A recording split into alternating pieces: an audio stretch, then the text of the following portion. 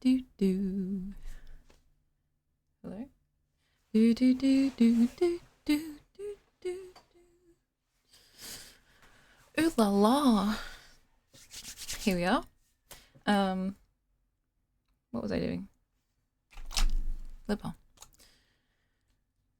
I am post nap, post hanging out with friends from, was it the day before yesterday?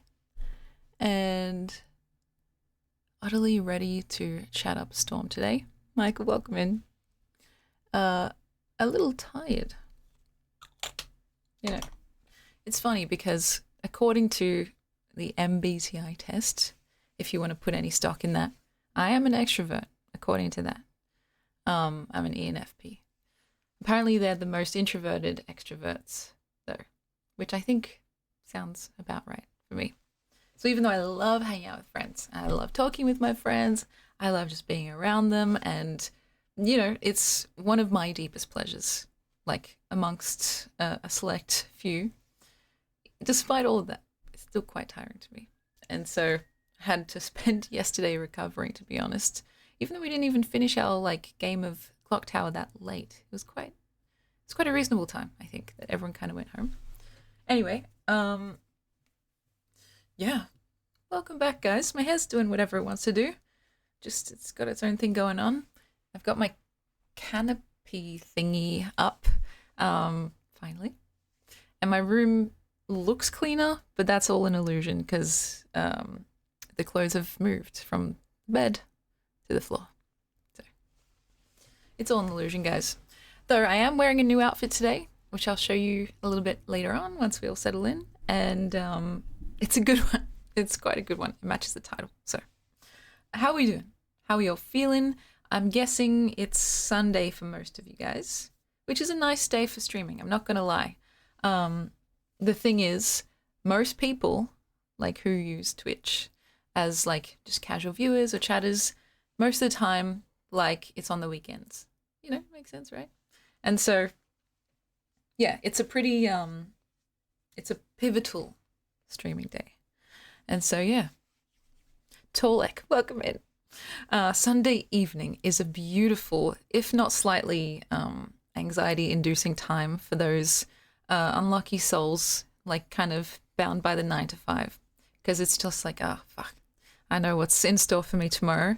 But for those of us, like the inordinately blessed who get to do something like this for a living, a Sunday evening is just pure magic. And yeah, the long dark tea time is of the soul is absolute poetry. Coming in hot today. Welcome in, welcome in. I totally agree. And it kind of makes me want a cup of tea, to be honest. We'll see how we go. Maybe I'll have some tea today with you guys. And actually, some of the stuff that we've been talking about in recent streams, we may get around to doing today as well. We're in ads right now, though, so I'll save that thought. Douglas Adams, oh, of course. Douglas Adams. Why is that name ringing a bell? Oh, yes. The Hitchhiker's Guide. Damn. You know, I know so much about that book just from pop culture, but I've never actually read it. And so I feel like I need to. It's kind of like a rite of passage. Just recently, I purchased a book, and was this something that I shared with you guys? I don't think it was. It was a collection of some of Oscar Wilde's plays, including my favorite, Salome, which I do already have, but it was kind of just like the PDF version that I'd dubiously acquired. Well, not really. I got given the PDF from my university studies, so it's not like I full-on pirated it. But I figured, you know, I like this play so much. It's probably one of my favorite plays ever, and one of my favorite pieces in general from Oscar Wilde. So I might as well, you know, do the right question mark thing, and purchase it properly. And it was like the icing on the cake that it also contains a bunch of other plays that I haven't read before, which I probably should read if I'm going to be any kind of self-respecting Oscar Wilde fangirl. So plays like The Importance of Being Earnest, which I'm sure sounds familiar to a lot of people, even if they haven't read it, and other ones that I hadn't even heard of before. Something called Nothing Woman or something like that. And so, yeah, I'm very, very excited.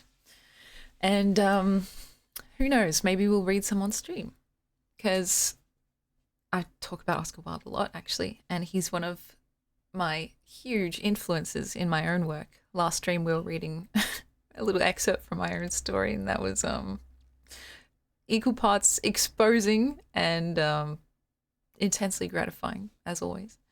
But yeah, we'll see how we go. This, and that. So, Oscar Wilde is absolutely amazing. Yeah, Dorian Gray is when I first fell in love with him. I was instantly hooked by the way that I describe his writing is kind of like he's decorating the page. And it really does feel like a quite lavish indulgence. Like you're having a little chocolate and it's like, oh, I'll be a little bit naughty, just have one more. When I read his work, it's so lush and lyrical that it does feel like you're being a little bit naughty. And I know that's not everyone's style. Some people find it overwrought and it's like, oh, it can veer into the purple prose. But I love purple prose. Like, I think I'm one of those people that's like, the purpler the better. You know what I mean? It's just like, yeah, spend a whole page describing the exact shade of like someone's blush. You know, like, please, I want to be in that world. And I can totally understand why some people aren't into that style, but for me, I just love the luxuriating in it. And Dorian Gray is one of those kinds of books. It doesn't go overboard, but it really does. It does revel in its own abundance and excess, and in the descriptions of Dorian, even though it's kind of it doesn't explicitly say exactly how he looks in terms of like hair color, eye color, like skin tone and all that. Of course, it's alluded to and stuff like that. But more of the detail is spent on his effect on people and that kind of otherworldly beauty, like the nature of his beauty being so interesting and like its effect on people, which is quite cool. And so I have not read Proust. I feel like, I went to university and I studied creative writing. I haven't read Proust. I haven't read some of the major classics. So that's a red flag, don't you guys think? But I have a laundry list probably as long as a piece of string of books that I need to read and like writers and artists that I need to check out. And so, yeah, I feel like I'm always saying, oh, it's on my list, but it really just is. Everything's on my list. There is always more to read. That's absolutely true. And so, yeah, but let me welcome you guys in. Torlak, of course. Crazy Bald Man, hello. Long time no see. Jerry, I'm glad to see you again. And Mr. Master, another name I haven't seen in a while. I hope you guys are doing well. And of course, Michael, always quick on the draw. How are you always so quick, my friend?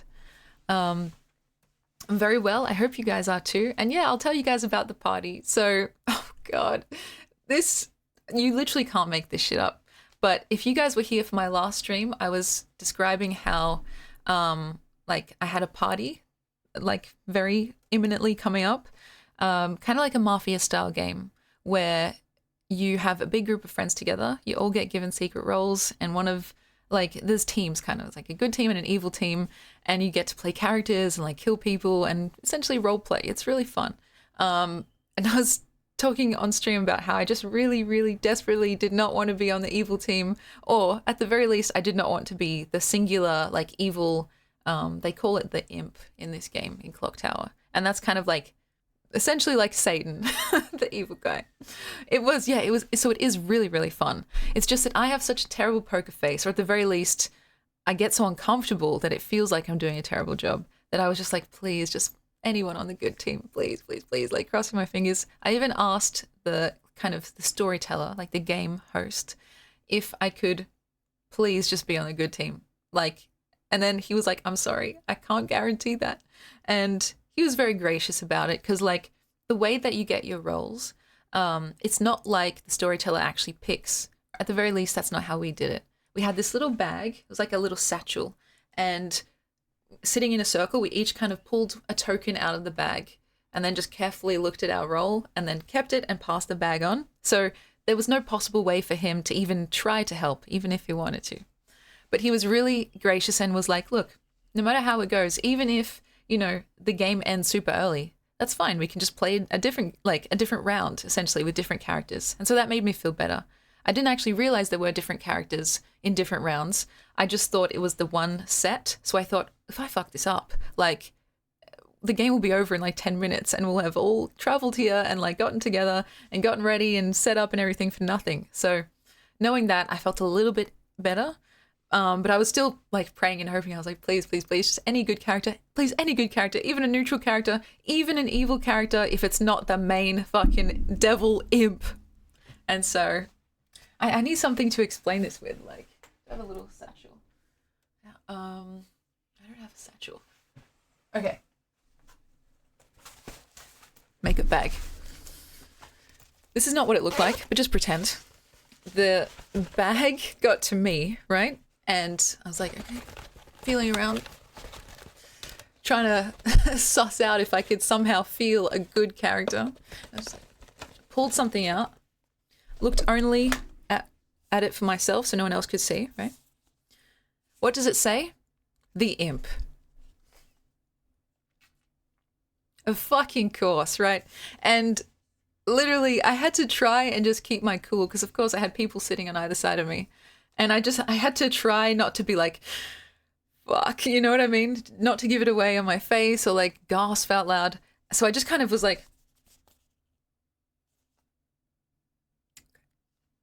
just passed on the bag. And so literally the one character that I didn't want, I got it first try. And I was just like, of course, of course. Be careful what you wish for. And so I was like, fuck, okay. How am I going to play this, right? Because with this particular game, it was kind of a mix of people. Some of my closest friends who I've known now for over a decade, and some new people who kind of just tagged along, either as plus ones or the storyteller / game hosts friends came along. And so I didn't know them that well. But for my friends that I've known for a long time, I knew that they'd be able to tell if I was lying or trying to skirt around the truth somehow. So I was like, okay, I need to very quickly find and stick to some kind of plan, right? So what I did was, and this is really a compliment towards the actual game itself and how balanced it is. Part of being the imp, the evil character, part of that means you also get to choose from 3 bluffs, as in good character roles that aren't taken by anyone else that you can pretend to be, if anyone asks you. And so I was really grateful because I was like, okay, I'm just going to pick one of the bluffs and stick with it the whole time. Be upfront about it right at the beginning of the game.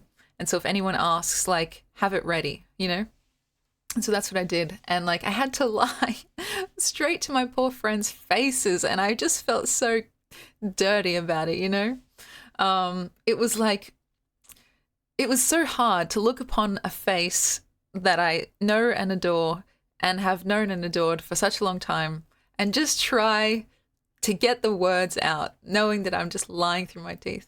And so I did spend a lot of that round quite quiet, I think. I was doing mostly eavesdropping and kind of just checking in with people. And I don't know if they knew I was lying because I think I was flying under the radar for quite a bit. Also, thank you for the hydrate. I definitely need it. And Thirth, welcome in. I did have a blast. I mean, it was so much fun. I was just okay, play it cool. Don't say more than you need to. Just gather information if you can and kind of stay on the sidelines, right? Because I didn't want to reveal too much too fast and just overplay my hand, essentially. And it worked, actually. For the first few rounds, it's kind of like a day and night cycle. You talk to people during the day, and at night, you all reconvene, and the townsfolk get to pick someone to execute who they think is evil, and the demons or the evil team also get to pick one person to kill. And so when I was making my kills, the thing is, in the first few rounds, I didn't really have any fucking information, at all. And so I just picked randomly, right? I opened my eyes, and this is what happens. So everyone closes their eyes during nighttime so people can make choices without giving it away, right? I opened my eyes when it was appropriate, and the storyteller was like, "Who do you want to kill?" And I'm looking around the circle of my friends, and I'm like, "I don't fucking know." And so the simplest thing for me to do at that point was I literally just pointed straight in front of me, and I was just like, "Him." And then the storyteller was like, "Okay, cool, close your eyes." And so the next day, it actually turned out that my random pick was like one of the most strong characters on the good team side, and I was like, "Oh, all right, we eating good tonight." And that like fluke essentially made the rest of the team think that there was like a character in the game that there wasn't, and because just like they thought, "Oh, how and why would this person get killed unless like there was a spy essentially?" And I was like, trying not to give it away, that I just fucking locked into it essentially. And that was quite funny. So it happened a few times like that where I just got really weirdly lucky. And it was only towards the midway part of the game where it started to all crumble apart because one character had a special ability that let them check if I was good or evil essentially. And they basically found out that I was evil and then just killed me straight away. It took some coordination because they had to share that information with someone who could actually kill me. And it just so happened that those two were sitting next to each other. So their like kind of powers synergized very well. But even then, it was a 50-50 because the way that they had to check if I was evil was to pick two people and get a number of how many evil people there are. So they knew that it was either me who was evil or one of my like friends. So it was a 50-50. They just happened to pick again, like luckily. And so, yeah, it does sound a bit like a Jackbox game. It was really fun. I was sweating bullets. I was shitting bricks and sweating bullets, guys. That's really how it was. And I did actually get further than I expected to, considering like my general disposition. Yeah, so the evil cherry came out. Exactly. And that was a fun game because usually when the main evil character, so the imp, gets killed, the game just ends, right? But there is a special condition where if there's another character like called the Scarlet Woman or something like that who is still in play, then the game actually continues and they become the new demon / imp. So it was kind of like it's not like I got a second chance, but my team essentially got a second chance. And that was really fun because that doesn't happen too often. And it also took a lot of pressure off me because I'd been exposed, but my team could still play on. So I was like, oh, I can just sit back and relax now. That was quite good. But yeah, I don't know. I just thought it was very fun. And of course, like it was about 13 people there, including myself, if I'm not mistaken. And everyone bought snacks. Everyone brought drinks. People helped with the decorating and the setting up, which was really nice. And everyone helped with the cleaning up at the end of the night as well, which was just so helpful and was not something that I expected. Like I didn't ask people to. So it was just like a really nice, a nice group of people, very genuine and kind-hearted. And the cleanup was over in like 10 minutes, if that. Whereas if I had been doing it alone, it probably would have taken over an hour. And so, yeah, this was not here, but at my parents' place because they are away. And so the house was free. But yeah, so essentially I was hosting the actual location, but my other friend was hosting the actual game as the storyteller. And so, yeah, it was nice. And I was dreading a little bit of the cleanup because there were so many of us. And by the end of the night, there was like just mountains of cups, plates, food still out. And so, yeah, I was like, oh shit, I'm going to be here for like until midnight essentially. But no, it was over really quick. The cleanup was over really quick. And yeah, I was just like, that's nice. I didn't have to ask. I was very grateful for that. And so, yeah, it was fun. If you guys have not played Clock Tower, you should. Like, get a group of friends together or find like, I don't know if they do like gatherings, maybe? I'm not sure. Because you do need a relatively sizable group of people, I think. At least 8. But yeah, it's fun. It's worth it. And even if you're totally shy like me, it can be quite fun and keeps you on your toes because the storyteller has a bit of free will to like kind of fuck with the game. Like balancing and fun is kind of their main concerns. And so sometimes if it seems like one team is just going to fucking bulldoze the other, Like they can actually just willfully do something to like fuck up that team. It's like, oh, okay. It just seems like a very interesting role. Not technically a character, but one that has arguably the most control and impact on the actual outcome of the game. And so, yeah. Um, my friend trolled us one time. He was running the game and he let the two imps keep playing after they technically won just to twist the dagger on the two remaining players. That's hilarious. And yeah, that's a good way. Like, it's funny. It's a good way to show how the storyteller can really make all the difference. It's kind of like a DM for D&D, but I've never played D&D, so I can't be too sure, but I imagine it's similar. Just someone that kind of runs things and is like the go-to person for like help, questions, setting the mood and stuff like that. We did play a couple more rounds after that as well, and I'm not going to lie, in the next few rounds I kind of did some pretty stupid things because we hadn't ever played those characters or roles before, and some of the choices that I made were basically extremely redundant and just pretty useless in general. Like there was this one instance that I'm thinking of where I had a role where I could basically become a chameleon and once per game transform into any other role that I wanted to, right? The only thing is, the problem was that I misread that, right, as changing once per night, not once per game. So the first night, I didn't really know who else to pick, so I just chose my own role to transform into. And the storyteller was like, "You sure?" And I was like, "Yeah, why not?" And it was only until like the next round that I realized, oh fuck, I essentially just wasted my power for no reason. And not only that, but I also made myself drunk because that was kind of the condition of using the power. So I actually made my character worse off. It was worse than useless. And so I explained like to the storyteller quite earnestly, like, I misread this. I'm so sorry. I know it was stupid. Is it possible that I can change the role that I picked? And it's okay if not. But he was like, all right, fine. You can pick someone else. And so that night I picked a different role, but it kind of didn't matter anyway because I also died that night.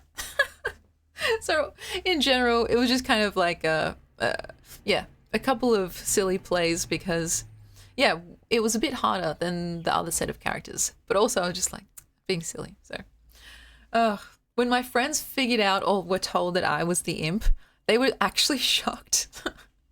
Like, especially some of my closer friends, right? They were like, wait, what? Are you kidding me? And they also found it quite ironic that it was like the one character that I didn't want to get. Some of the like friends or acquaintances that I'd only met recently, I think they were less surprised. And they also had the power to like investigate whether or not I was evil. So they already had slight suspicions. But for some of my other friends, they had no suspicions at all. And I was like kind of collaborating with them, trying to be like, oh, so who do you think the evil person is? And it was like so, yeah, it was just so funny and weird. And oh God, it does definitely get the heart racing.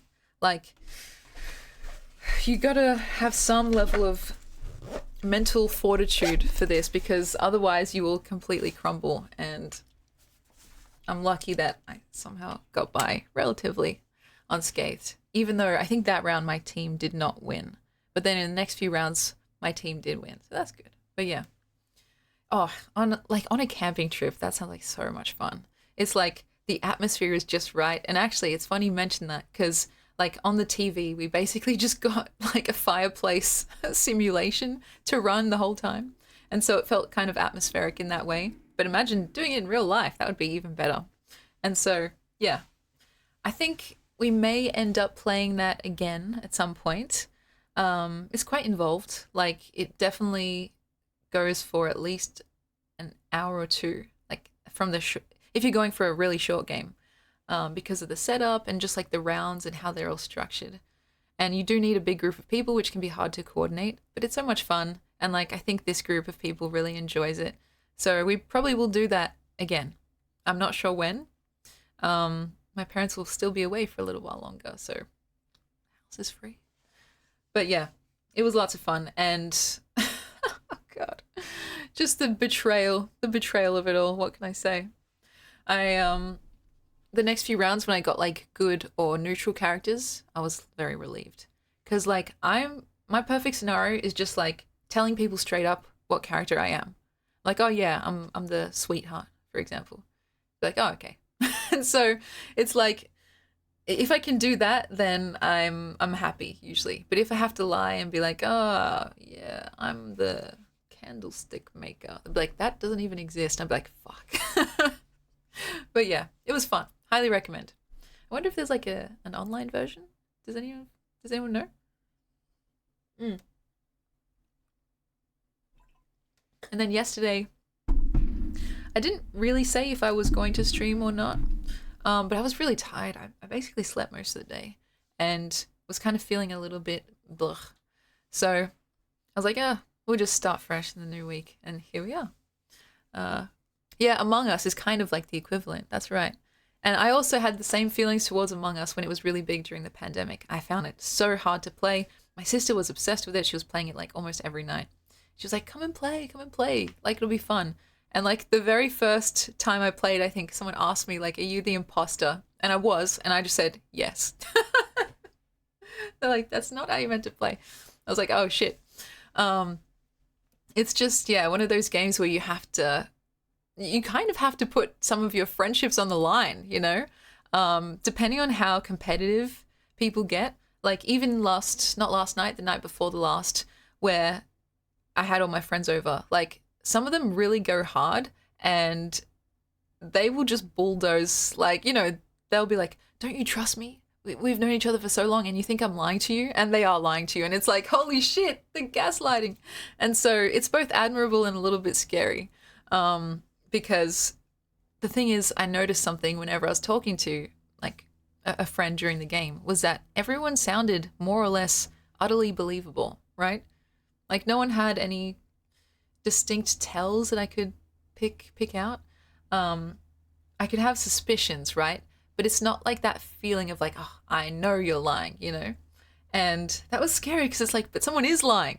And just to know that it's got to be someone lying to your face was kind of strange. It's like, damn, it's quite subtle, you know? Just makes you wonder how often it happens in just daily life, even when there's no stakes, you know? And so that was a bit scary. And I realized I was part of the problem as well, because people were shocked. At least some people were when I was revealed to be evil Cherry. And so, yeah, it's kind of a mind fuck. But it was fun. And the snacks, guys, the amount of snacks was actually crazy. We also got pizza as well. So it was just like full on buffet style. Every snack you could essentially think of, healthy or unhealthy. And actually, yeah, one of my friends came over and she also made mulled wine, which was beautiful. Like this gorgeous, kind of decadent, I would say, sweet, spicy, like cinnamon, spice, smelling concoction that was perfectly themed to the kind of almost like medieval dungeony vibe. And so, yeah, it was really, really fun. Thank you for the follow, my friend. So like, it was like, yeah, just a nice way to see people that you haven't seen in a while and do something kind of silly, kind of fun, hopefully without breaking too many bonds of friendship when your best friend is revealed to be a total traitor, you know. There was one point where like I was sitting next to one of my best friends. You've actually met him before on stream. And I just seriously had to turn and just lie. I was like, oh, I'm so relieved I got a good character, which kind of sounds a bit sus now that I repeat it, but I must have played it a little bit cooler in the actual moment. And just the sheer, I don't know, acceptance, like no doubt on his face, like he didn't suspect me at all. I just felt so bad. And I was like, I'm sorry. I had to go around apologizing to people. But you know, it's just comes with the territory, I suppose. And so yeah, that was lots of fun. And I didn't even take any pictures. I don't know if anyone did, really. But we had some cool decorations too. They were like, someone brought these tiny little skulls. And I kept finding them everywhere. I was like, how many skulls did this person bring? Because like I literally would just turn around and there would be a new one there. And so that was funny. We had like this kind of, tapestry is not the right word, but it was kind of like this dividing cloth that looked like it was all blood splattered and stuff to separate some of the rooms. and we had the whole house free, so we could just go into any room that we wanted to during the times where we could go off and like huddle up in smaller groups. It really did feel like uh, kind of a mini town of people conspiring and some evildoers in the shadows. It was quite fun. But yeah, oh Lord have mercy. I was definitely quite drained after that. And also, that was a day that I had streamed as well. So I went from streaming for like, how long was it? Was it 3 hours ish? To going and hang out with my friends and then talking again nonstop for like, wait, like upwards of 5, 6, 7 hours. And so I was literally exhausted by the end. I was like, I just spent all this time talking. I'm happy just to like stare at this point. And so, yeah, luckily people were more or less okay with that. Just me doing the fucking, you know, the emoji with like the massive eyes, just like two eyes and lips. That was me. So, yeah. Um, what else? What else do I have to say about that? It was fun. If anyone's played that before, like tell me what were some of the best, sneakiest plays. Because there really can be like moments that come in clutch or total blindsides, like you're playing a mini game of Survivor, and that can be quite fun. The storyteller that we have, like my friend who kind of runs it, he does this cool recap at the end of the game where he kind of explains each play and the kind of pivotal turning moments and stuff like that, which can be cool because there's a lot of stuff that you miss if you're just maybe keeping to yourself or if you're not privy to what the other team has been up to. And so, yeah, it was like quite interesting to see. Oh, while I was doing this, the whole like there was a whole other thing happening, and so yeah, a good storyteller definitely makes all the difference. Um. Anyway, what can I say? For today, I say in the title of this stream that I'm only here for the pizza. That's because of this shirt, which I know is flipped, but that's what it says. And I think you guys have seen this shirt before. I feel like one of the OGs. But for our like outfit challenge, I don't believe I've worn it. So quote me on that, or don't. It's just something casual that I thought I would just throw on, the kind of lazy, casual pizza mood. Though to be honest, I've had probably my fair share of pizza for the next very long time. So much pizza, guys. Because when you like hang out with friends and stuff, it's like the easiest thing to order in. And so not only did I see my friends 2 days ago, but I was also hanging out with like my auntie and stuff, like even a few days before that. And we got pizza then too. And it's like so much pizza, so little time. But yeah, it's like it's pizza. Hard to complain about, you know? There's this saying which I definitely agree with. It's like, you know, even bad pizza is still pizza. And like it's still pretty good. So hence the shirt. I've said the word pizza now like 100 times and it's kind of lost all meaning. But it's funny because this was actually, when I was a bit younger, one of my favorite shirts, my most worn shirts. I'm not sure why. Maybe the color, or the cut of it or whatever. But I'll show you guys the full fit in a little bit. It's not really anything special, just shirt and jeans. But considering the last outfit you guys saw me in was a pirate costume, I figured let's just restore some balance here because, yeah. Otherwise, you know, the equilibrium will be off. And I have to ration out my costumes because I don't want to get to the end of this outfit challenge and realize, oh shit, I have only, what can I say, the Cat in the Hat outfit left. But that would be kind of iconic, actually. Anyway, what I was going to say before, when we were rudely interrupted by the ads, was that if people were willing, I was going to read the rest of the story from last stream that I was kind of sharing with you guys, my own story. And then, if my voice is kind of suffering, we could watch some videos, maybe. I'm still sorting out the like levels and the kind of setup of things on this new computer. But yeah, I think a story time could be fun. And we did start it. Like, I figured I couldn't just leave you guys hanging, right? So like finish off that story together, maybe talk a little bit about it, and then see where the night takes us. I'm not sure how long we'll be streaming for today, but usually until I feel like I've got nothing much else to say, you know. I don't want to be wasting anyone's time. Story time is one of my favorites. It's very, what's the word?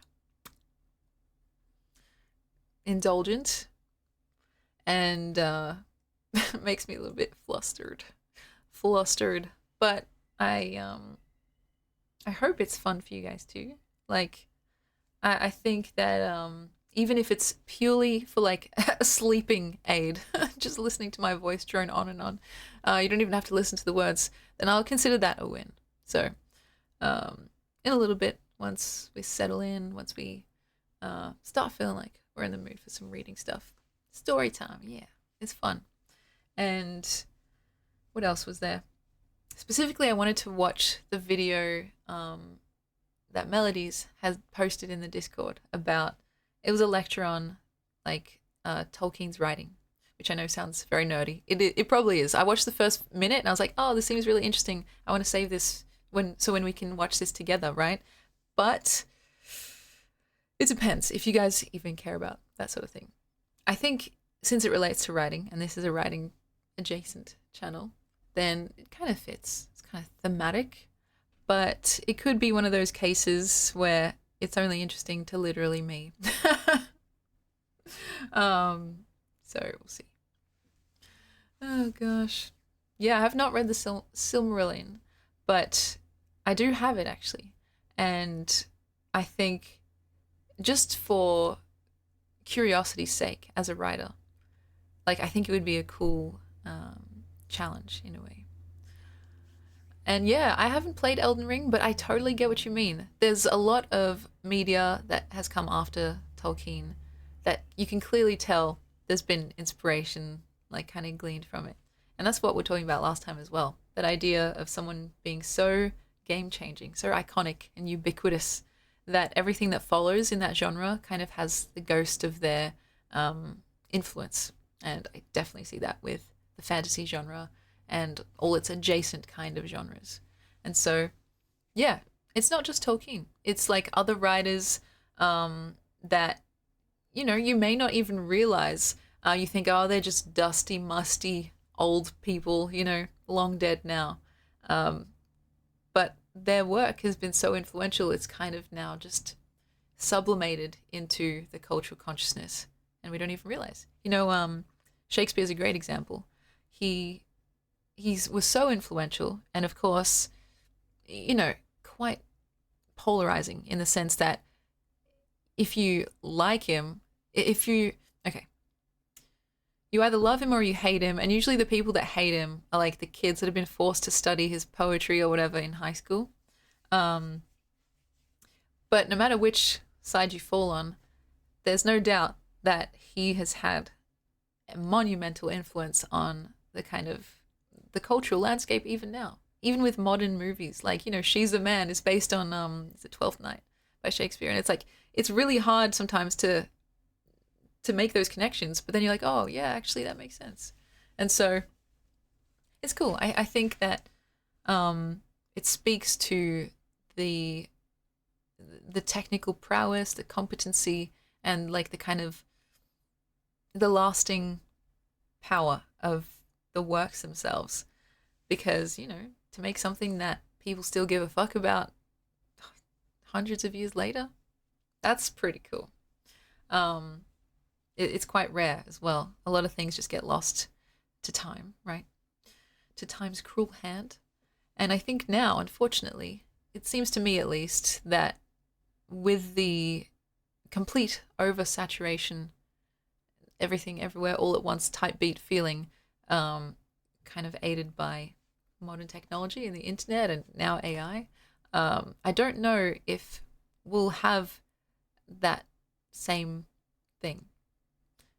Ineloquently put, but I feel like there'll be less things that have that staying power from this age than perhaps there was back in the olden days, which, you know, is also just it's also due to things like access and literacy rates, but I just feel like there's so much stuff now in general that yeah, it kind of necessarily means that more stuff will just be lost, even if it's good. And yeah, that's kind of just how it is, unfortunately. Um, but that should not be a deterrent, hopefully, to anyone. It should be a way to light the fire under your ass, and if you are concerned with like creative activities, to try and defy that potential outcome. To try and make something that will not be forgotten easily, do not go gentle into that good night kind of thing. And it's hard. It's like, how do you do that? Like, you can say that, but what are the actionable steps to take to make something long lasting or whatever, if you even want to do that? And I guess I don't really have a great answer, but if I had to pick something, I'd probably start with that idea of starting inwards, which is very cliche, I know. But that idea of writing the thing that only you can write, Where is that like hole or the gap in the market that you've been waiting for, only to realize, it's not showing itself, it's not coming up. Well, that's because it's up to you. What is that thing that you are randomly obsessed with for no seemingly good reason? What is that thing that resonates when you call to it? Find that thing, start there. Because if you're only trying to like capture someone else's fascination or someone else's bliss without your own in the mix, it can be really hard to have that inner fire that I think a lot of unforgettable pieces have within them, Yeah. Harold Bloom, who said that writers should feel like they're competing with Shakespeare. That's fantastic and a tall order. But yeah, just try and find whatever it is that not only helps you believe in your own work, but like believe in its ability to capture others in the same way that it captures you, without like skimping on technique or competency or anything. Blind faith can only take you so far, but it is definitely necessary in appropriate amounts. And so anyway, we always come back to writing philosophy, don't we? But yeah, it's just like so transferable in my eyes. A lot of the topics that we talk about as they relate to the creative process just basically map almost one-to-one onto general life philosophy and life advice. How to live life better, hopefully. How to like kind of take on or embody more philosophies that lead to more positive outcomes. That good feeling that we talk about. And so when I talk about finding your bliss in writing, like that absolutely is transferable to just like finding your bliss in general life. Find friends that make you feel that way. Find hobbies or activities, or if possible, even a job. I know that's probably the hardest one. Like carve out a life for yourself that feels artful and purposeful. Like that's really it, It can be quite simple and quite complicated at the same time, which is life's irony, right?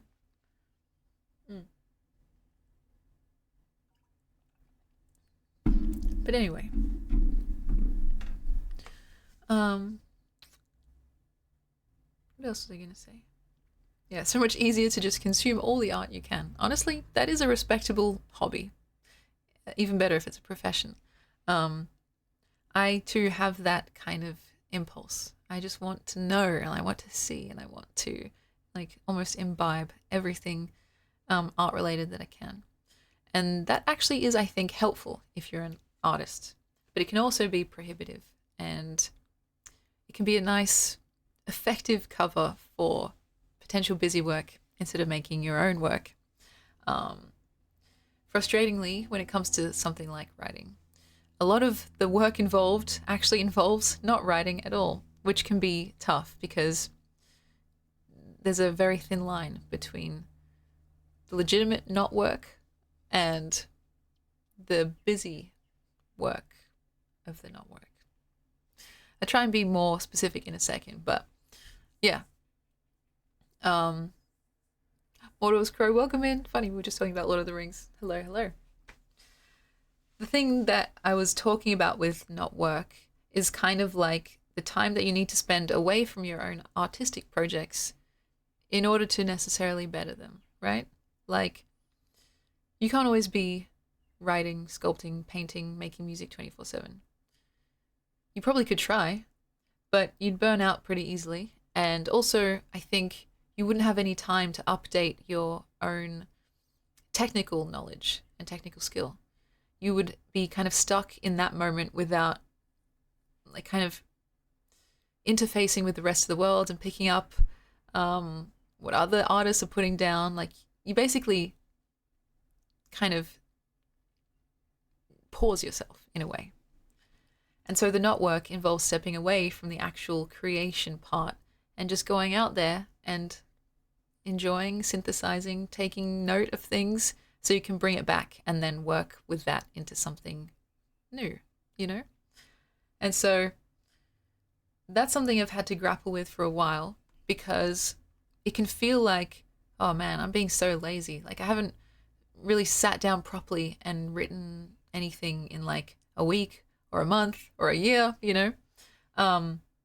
But a way to have a bit of like graciousness for your own self is to realize, like, oh, that time isn't just wasted. Like, it's not gone down the drain into the void. Like, maybe you haven't written in a year, but what have you done? You've gone out and seen the world. You've gone on a holiday. You've made some friends. You've lost some friends. You've had your heart broken or mended. Like, those things are actually the preliminary stages of writing. They necessitate, like, they are necessary for the actual whatever the fuck it is that sets up those stories in the future. And so it's kind of like a precursor, and it's basically just as important as the actual process itself. Granted, you know, like I said, it's easy to just use that as an excuse once it gets to the point where you're like, oh, fuck, I haven't written anything in 10 years. But if you're relatively honest with yourself, I think there's a way to have time for, I guess, feasting and fasting, if we're going to use kind of abstract terms. And yeah, I've been well. Thank you. As for this, oh God, don't get me started. It's meant to be kind of a mock wedding where, because like Germa's meant to be, it kind of is actually, my all-time mystery crush.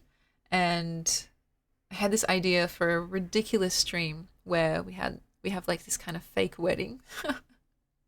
Just something outrageous and outlandish and kind of in that style of his style of really crazy, wacky, themed streams where he goes all out. And I know, like, I have a bunch of friends who I know would be willing to be in on it. I'm willing to like get some kind of dress, maybe from like a secondhand store, like get a ring, say some vows and shit. And so I was like, you know what? Fuck it. Let's just do something silly and weird and crazy. And of course, it's going to be quite the production, hence the price tag. But I was like very surprised to see we basically got halfway. Is that halfway? Yeah, over halfway. Like almost in the first few streams. It was a while ago now. It's hard to remember. And so yeah, if you want to see me marry Germa, fakely, that's what that's for. And yeah, if you want to see me in a wedding dress, that's going to be interesting too. I wonder how I'll feel. But that's something for future Emmy to worry about, because goddamn, yeah, it's like, it's actually been so long that I've forgotten how many weird and wacky stream themes we've had. The costumes, the makeup, different phases. I just saw the video that C Locket posted in the server of me talking about phase 2. That was quite funny. I guess that means we're in phase 3 now, right? because I've moved away from like that kind of living room stand up area that we were hanging out in. So phase 3, guys. Watch out. I have not finished Hitman, but I still am planning to. And this is a new computer, so I don't even have Steam. Holy shit. I don't even have Steam installed yet. But it's pretty beastly, so I'm hoping that it will be able to run quite nicely. And I had so much fun last time we played. The one thing that I didn't like, which was only something I realized afterwards, was watching the VOD back. And I was enjoying myself watching it back. But I was like, ah, fuck, I was way too close to the microphone. I think I was about this close, and so it was not the best audio quality. And so I have now a sticky note. It's actually, I have to remake it. I had a sticky note like this, which I had put on my actual computer screen, you know, on the frame part, that says, not so close to the mic. Which is like just a permanent reminder. Because like, damn, there's nothing worse than streaming for like 4 hours and then realizing, oh shit, I've been sounding like a deep fried this whole time. So yeah, now I have a little reminder to myself, and it's Hitman. It all stems from Hitman. So I'm not a professional, you know, not a professional hitman. I'm not a professional microphone distance away from and so I kind of am typically just fucking freeballing it, you know. Even now, I think I should be a bit closer to the mic. But fuck it, what can you do? But yeah, Steam is a must. There's so many programs that I've yet to install. I actually only have currently 3 programs installed. Actually, 3 programs on my taskbar, which is Scrivener, a writing software, Spotify, and OBS. It's like, you know, the basics. What more could you ask for? And I recently did download Discord, but I didn't fully set it up because as soon as I started to, it was on stream. It fucking crashed my computer for some reason. So I just left that and I was like, I'm a bit angry with you, Discord. I'm not going to really engage with you right now. And I still need to get like Notepad and all that. What else? I don't really need Word anymore, I suppose, which is weird because I was like a Word fangirl literally my whole life up until a month ago, maybe, when I got Scrivener. What else? What other programs do you think I got? What do you think I should get? And yeah, the different like kind of missions and modes in Hitman is really fucking cool. Though I rage like crazy when I'm playing, is it Freelancer? Where you kind of only have one shot, and if you die, you start again from scratch. Fuck me. You guys don't want to see me like when I play that type of thing. But don't worry, we've got lots of gaming in our future because I'm fucking like I was obsessed at one point with Hades 2, and I can just already feel that addiction crawling back in, you know?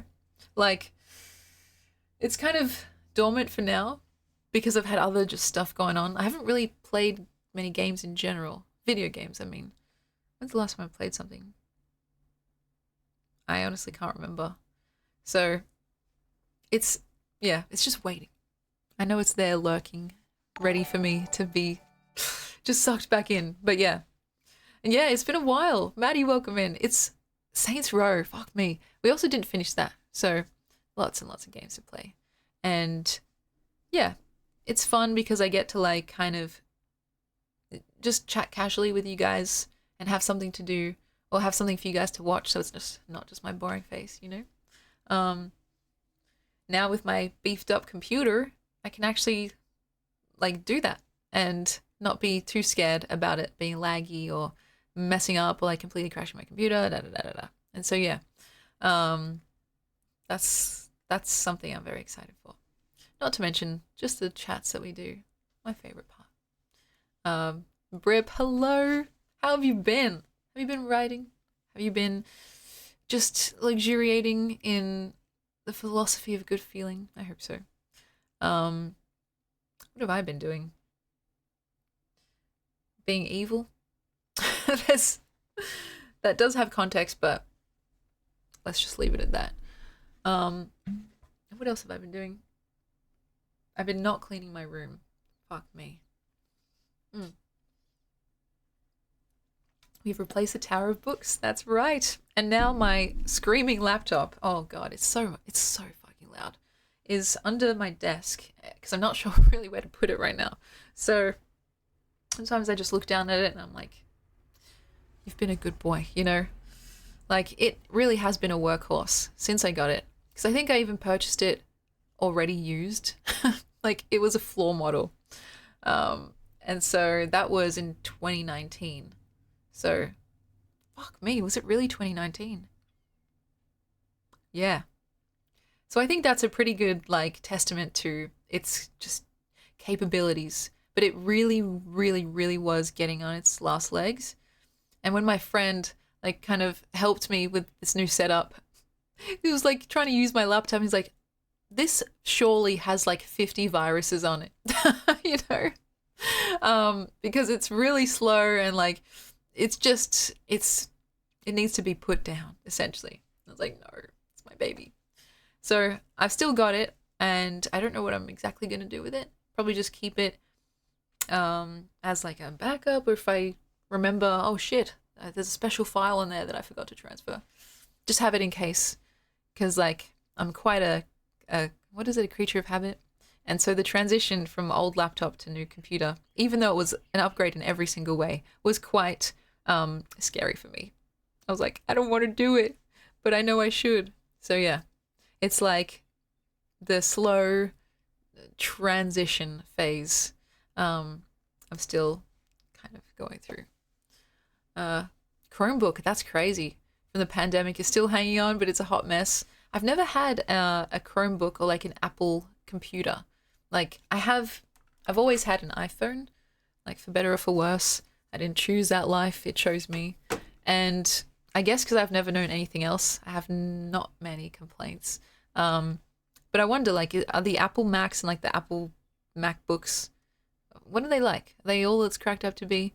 I know my sister really, she vouches for them. My mum sometimes does as well, depending on what they're used for. A lot of like visual arts and stuff, I think, benefit from whatever fucking thing Apple's got going on in there, software and hardware. But for me, all I ever really needed before streaming was something to like write words onto, you know, something to type on, and maybe something to play games on. It's only once I started streaming that I was like, oh, actually, I think I need a bit more beef. You know, I need a bit more power, essentially, to kind of handle these multiple, pretty complex processes. And so, yeah, I don't know. Are they good? Steve Jobs, did he do a good job? A good Steve Jobs? Typewriter's no good for gaming, exactly, unfortunately. And I do have a typewriter as well. One of these streams I'll show you guys because it's quite nice. It's aesthetically pleasing, though it is quite loud. The one thing is, yeah, so my sister got me that for, I think it was a Christmas some time ago. And I was like, oh, I can't wait to use this. But then I noticed that, like, whenever I was actually using the typewriter, everyone would be like, shut up. Because it's so loud. It's like,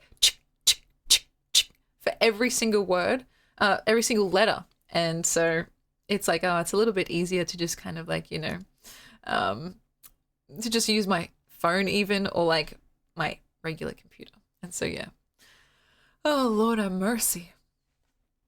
But still, for the aesthetic of it all and that those special occasions, like typing out a little love poem to someone, to a special someone, it definitely brings a special kind of aura to it. Oh gosh. And Alien, welcome in. I'll get to that in just 1 second because that looks like it's very handy information. Brip, you've been bartending. That's so cool, and actually reminds me of a game I used to love playing. It was like a browser game where you mix drinks and shit, and like if you do it wrong, the bartender like dies in some extravagant way. It's really fun, actually. See if I can find that. And as for your girlfriend, oh gosh, I'm sure that was quite the ordeal. I hope she is able to rest up nicely and make sure that you take good care of her, hot water bottles, all that good stuff. That's not fun. Oh, surgery is not fun. I've only had to have surgery a few times. You guys know about them actually. And like it's almost a bit strange. Like you're being like abducted by aliens type beat, and the anesthesia or whatever it's called when they put you under, it's different to sleep, isn't it? It can be kind of restful in the way that sleep is, but it's so instant that it feels like rather a chunk of your life has just been kind of taken out. And I remember once when I can't remember what this was for. It's either my wisdom teeth or maybe my nose job or something like that. But they were putting in the stuff that makes you fall asleep, and the doctor was like, "Okay, start counting down from 10 like they normally do." And so I was like, "Okay, 10, 9, 8," and then like something happened and I woke up after the surgery and I was like 7, 6, 5. It's like I was literally mid count. So that was so jarring because I was like, what the fuck? Like I'd kind of there had been no pause between like those two states. And so that was, yeah, that was very much a mind fuck because I was like, okay, when are we starting? And they're like, it's over. You've been in like the recovery room for hours. It's like, holy shit. It's a very weird state to be in. But yeah, for someone like me actually, who is quite the insomniac, there is something a bit traitorously nice about just forced instantaneous blackout, you know? Because like usually it takes a fucking sacrifice to the gods, me begging and pleading and fucking basically just, you know, doing everything within my power to get a single wink of sleep. And so to just have the ability to be instantly knocked out, it's problematically enticing. And so, yeah, it was this interesting experience a few times when I've had surgery where you kind of, you know what's about to happen, you're a little bit scared, but it's also like exciting and you know that you won't feel any of it, hopefully. You just wake up after the fact. And so, yeah, it's a very strange experience. I hope your girlfriend, Brip, recovers all well. And yeah, endometriosis is not fun. It's like, it's just, what's the word? Why is petty the word that's coming to my mind? That's not that helpful. But you know what I mean? It's like, it's just such an annoyance, essentially. Pesky, maybe, is what I was trying to go for. And so unnecessarily like common and debilitating. But yeah, goodness gracious. Let me see. We're talking about Apple, and I'm curious as to you guys' thoughts. Your guys' thoughts. So, Alien says, recently got into and back out of the Apple ecosystem. I don't blame you. If you're willing to fully commit to their system, that is pay for their subs and get all of their devices, it's a good experience. If you're a regular person not willing to spend 10K on the tech every 2 to 3 years, you're probably going to get frustrated after you realize they've captured your life. Honestly, that's very relatable to my experience. And that kind of is actually, in a way, correct me if I'm wrong, it's kind of their blatant pitch in a way. Like they've kind of gotten more brazen with it. Like they don't even hide it now, where it's like you need everything to be matching in terms of your devices if you want any kind of functionality whatsoever. Otherwise you're SOL. And it's like, I mean, it's kind of, yeah, it's a bit ruthless in a way. And literally the only reason nowadays that I still have my iPhone is just because it's what I've always had. And it's, I think, old at this point. It's like an iPhone 13, iPhone 12 Pro. And so I don't know how many there've been, like how many have been released since then.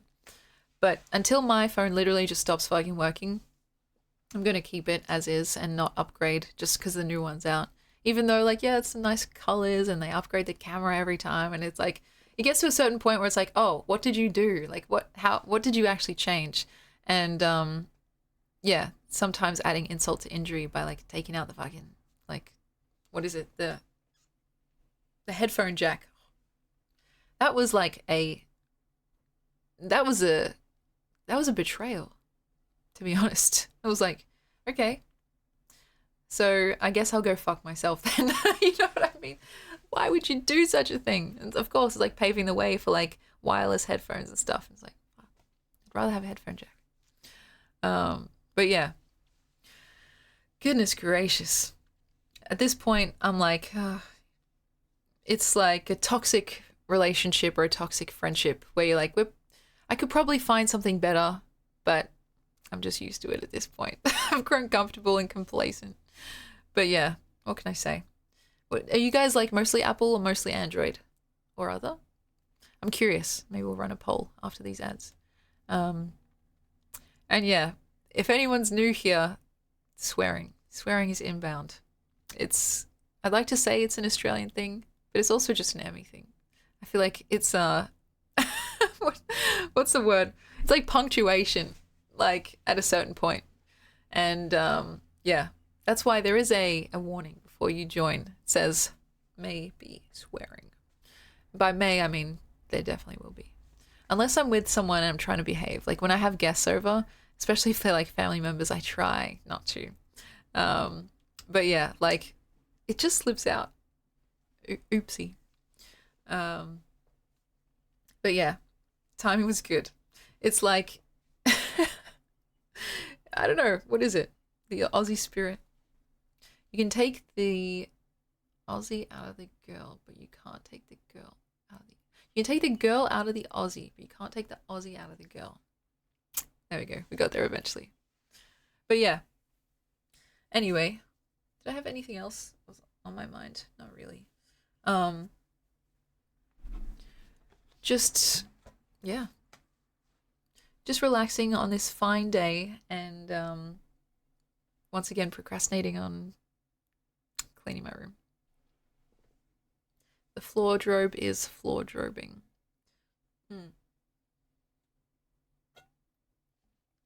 Yeah, and some people actually don't have an iPhone or an Android. They have like what's now called, hopefully lovingly, a dumb phone as opposed to a smartphone. It's like kind of the phones that literally only do their intended purpose, call people and text people, like the Nokias and all that, the bricks. And I think that's cool. I mean, I remember my first ever phone. It was like that Nokia brick, and I don't even know if it had games on it. Like maybe it had Snake. That was it.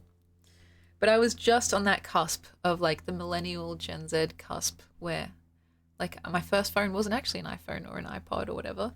Um, but it was quickly replaced by something, yeah, a little bit more involved. I don't want to say functional because I think a phone like that is perfectly functional, but just more. Oh, the Nokia. They had like memes back then. They probably still do about how unbreakable they were, like how utterly durable they were. And that's kind of in stark contrast to some of the phones nowadays that seem to be quite fragile, you know? Yeah, Snake. Oh, fucking hell. Like Snake, it's one of those classic games where you're like so simple but so effective, you know? Like whoever thought of that? They just had that lightning strike moment of like, yeah, this fucks. You know, best game ever. I totally agree. It really just proves that sometimes simplicity is really everything, you know? Um, and so, yeah, I played Snake on that thing, and that was probably the only game that I had on there. I could basically only make calls and texts that were like a certain length or something.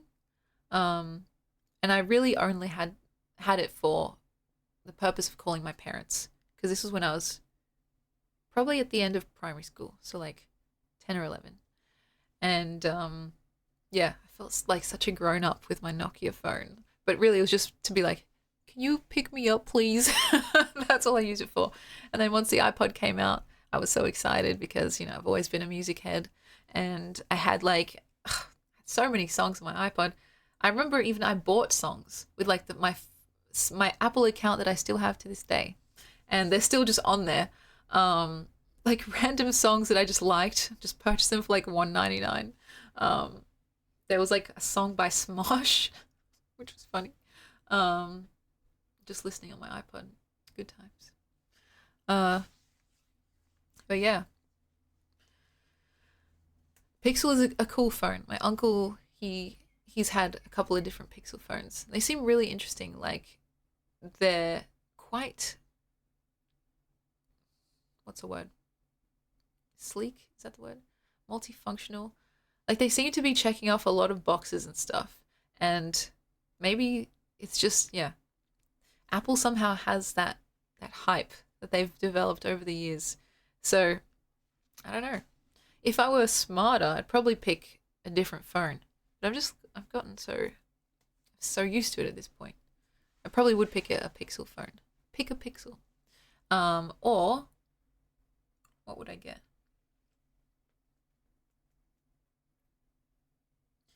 Nowadays, probably something with a lot of storage, like a lot of storage, and maybe something that's compatible or like in some way, like good for streamers. I don't even know what that would look like, but yeah, it's a new consideration. Um, but yeah, man, phones. I know people that get the new phone, like the new iPhone, every time there is one, and to me, that just seems like I don't know. That's fine, I guess, but why? Is it worth the hassle? I guess it's a status symbol. Um, for me, it's like I've had this same phone for so many years. When did the iPhone 12 come out? But not just that, I've had like the same background for that long as well. And to be honest, I don't think I'm ever going to change it because like it's it's almost like if I find something better, I would change it, but I haven't been able to find anything better than this. And you guys might be like, what's so great about it, you know? And I agree that it's not the greatest in general, but it is the greatest for me, like what it represents to me. If I could keep that on somehow, stay on.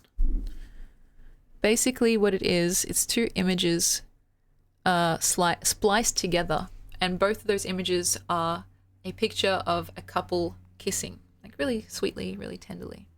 I think from what I can see, it's a heterosexual couple.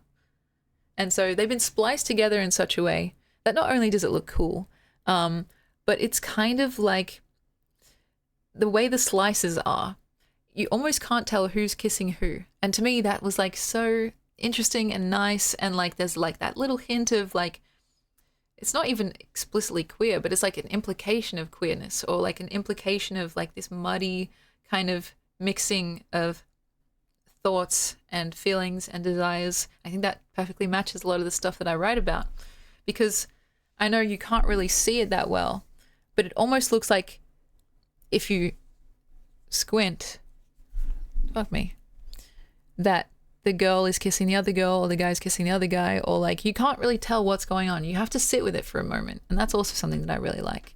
I like art that makes you work for it, essentially. And so if I ever found something else that was like that spoke to me that severely, I would change my background. But I've had this even before this phone. Like, I think it wouldn't have been my iPod. I didn't know. I didn't see it that early on. But whenever I first found this background, I've kept it since then. And it's transferred through my different phones. And so, yeah, I'm really happy that you guys can see that. And I wish I knew where I got this from because I could show you guys properly and not just have it on this tiny ass thing here. But do you know what I mean? It's like, it's a mix. And as someone who is like, I do identify as queer, which I know is pretty broad. I only say that because the actual explanation would take a whole fucking stream, you know? It really spoke to me because it was like basically a very prismatic and open-ended, open-minded perspective on desire and love. And it's something very cute, like it's a kiss, you know? It's not something too transgressive, like it's not too explicit or anything like that. It doesn't need to be. And so not only is it a cool art piece and it kind of makes people like do a double take because they're like, oh, what is that? A bunch of lines. Once you spend some time with it, it does very much like open up in the way that we talk here about poetry that demands a little bit extra time and attention to really give itself over to you. And that's really important to me, you know? Sometimes it's nice to have something like the meaning of a poem or the meaning of a piece of art just be right there in your face. It can be nice. And like certainly after a long day of dredging through really dense material, it can be a relief. For the most part, I think I do like to work for it a bit. Like, I want to spend some time with a piece of art in the same way that I might spend some time with a person to get to know them, right? I've used this example before, and it's probably not exactly one-to-one, but if you'll humor me, this is kind of how I think of it. When you first meet someone, like a new friend, for instance, and you're getting to know them, like the minute you first say hello, it's not like you instantly know everything about them, like their name, their age, their trauma, their daddy issues, their like their favorite food. Like, you don't know any of that stuff, right? But you can learn it. It's not like it's hidden away unless they don't want to tell you for some reason, right? And so the only way to gather that information, right, if you're talking to them, is to ask, is to sit with them, spend time with them, like actually put in the effort to figure it out, like to care enough to even consider asking those questions in the first place.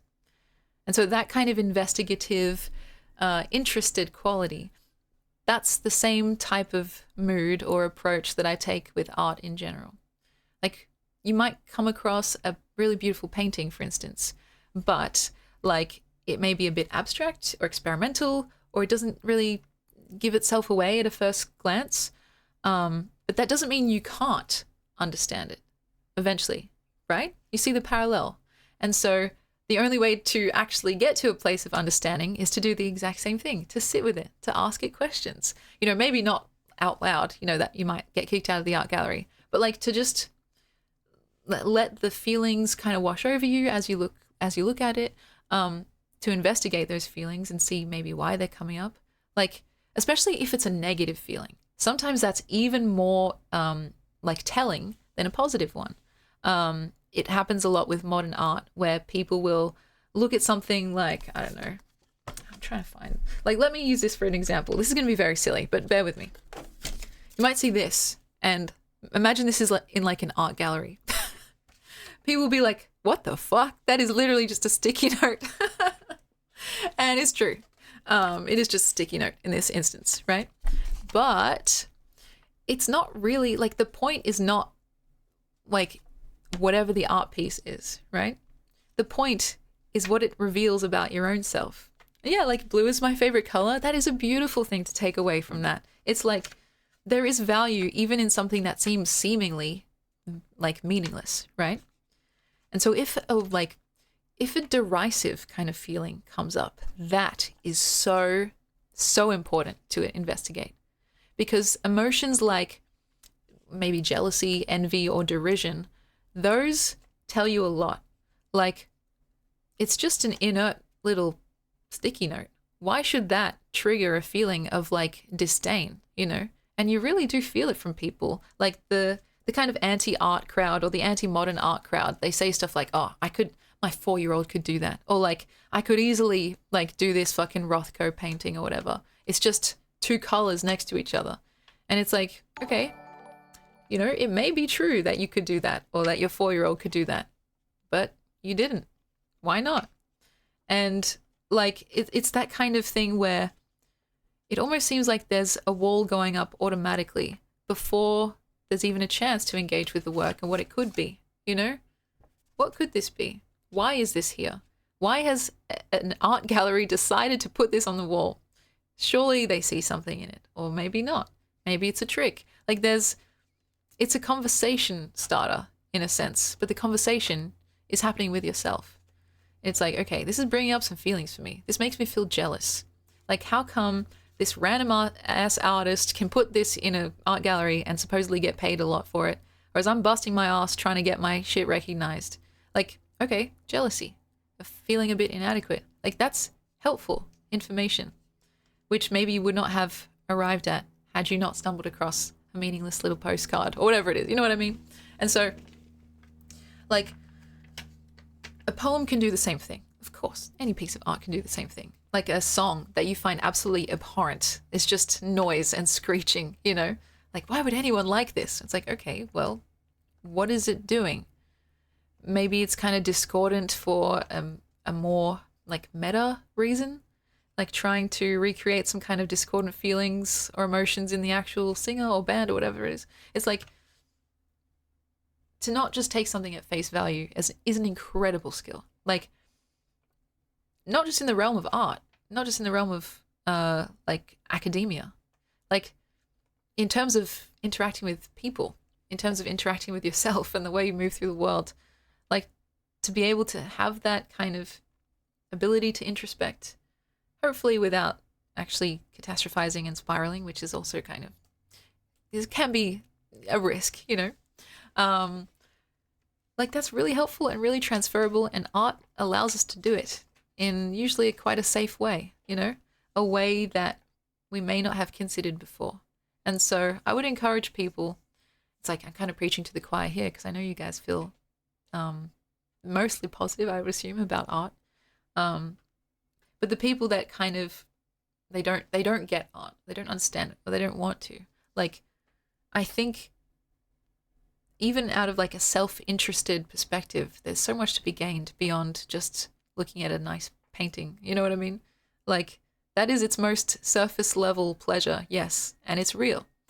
But like, it can basically go, it can open up infinitely, however much you're willing to kind of sit with it in the same way that you get to know a person. And so, yeah, does that make sense? Like, that's not to say that I think all art is equally as compelling to me personally. I have my own interests and things that kind of catch my eye, right?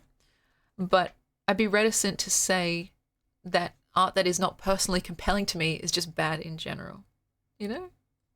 Because that seems, well, I mean, at its most simple, incredibly self-obsessed, and like, who am I to be like the arbiter of what's good and what's bad? I mean, I can have my own opinion and be like, oh, it's not really that interesting to me. Or like, I don't think this was made with da da da da da, whatever it is. But like, someone still made it. Someone was thinking about it as they made it. They had that inner fire, that compulsion to make this thing and share it. Like, that's not nothing. And so that's usually what I will defer to and respect at the very least. Like the recognition that there was an inner fire here, the one that I experience every single time I am also compelled to make a piece of art, you know? And that's kind of like, you know, it's comforting to me in a way. And it's where the discussion actually gets a little bit fraught when it comes to AI and its implications. I don't have any good answers to that, to be honest. People talk about like, where does AI art fit in the mix? I don't know. And I'm sure that my opinion will evolve and change over time, but as it currently stands, I typically see AI in general as a tool, right? Like a tool like any other, like a hammer, like a gun. It can be used to build a house or kill someone, right? AI can't really be used to kill someone in that way, but you know what I mean? It's like, it's something that has relatively inert or neutral properties, and people wield it however they decide to do. But the stuff that it actually makes, like the AI pictures or stories or music, I literally don't know. Like, I come up against this brick wall, and it's hard for me because I don't like coming up against brick walls like that. I like plowing through and trying to find the kernel of truth in the mix. But I don't know yet. I understand as a creative, people would expect me to automatically have the I hate AI and AI art opinion. And I can understand like the logic there, why people would see me and what I enjoy and what I stand for and assume that, right? But I don't know, like, just based on how things have gone so far, like there are fucking AI artists on Spotify that have thousands, if not tens of thousands of followers that don't even realize it's AI. So it's like, it's tapping into something, right? People are actually interested. And with the stories, I've tested it myself, right? I've tried to, like, kind of, in a weird way, like outwit the AI by getting it to write in my style after feeding it some of my own work, which is probably not the best idea. Like, I'm willing to say it, but like, you know, I feel like it's kind of, at this point, my stuff is online anyway, so it's probably been scraped. But yeah, I've tried to see, like, if it could write something in my style convincingly, or if it could write something better, right? And so, like, there have been a few, like, experiments that I've tried with it, and I've had mixed results, to be honest. I found that sometimes I was a little bit embarrassed because, holy shit, it actually did write something better than what I had done or what I had considered. And other times where it was just woefully inadequate. And so it's kind of up in the air. And this is an ongoing discussion. Like, these models are getting updated all the time and quite scarily, like, improving with every iteration. We just had ChatGPT or whatever, GPT-5 released recently, which is, guys, it's fucking insane. But anyway, like, these things are pretty fraught, you know? It's like,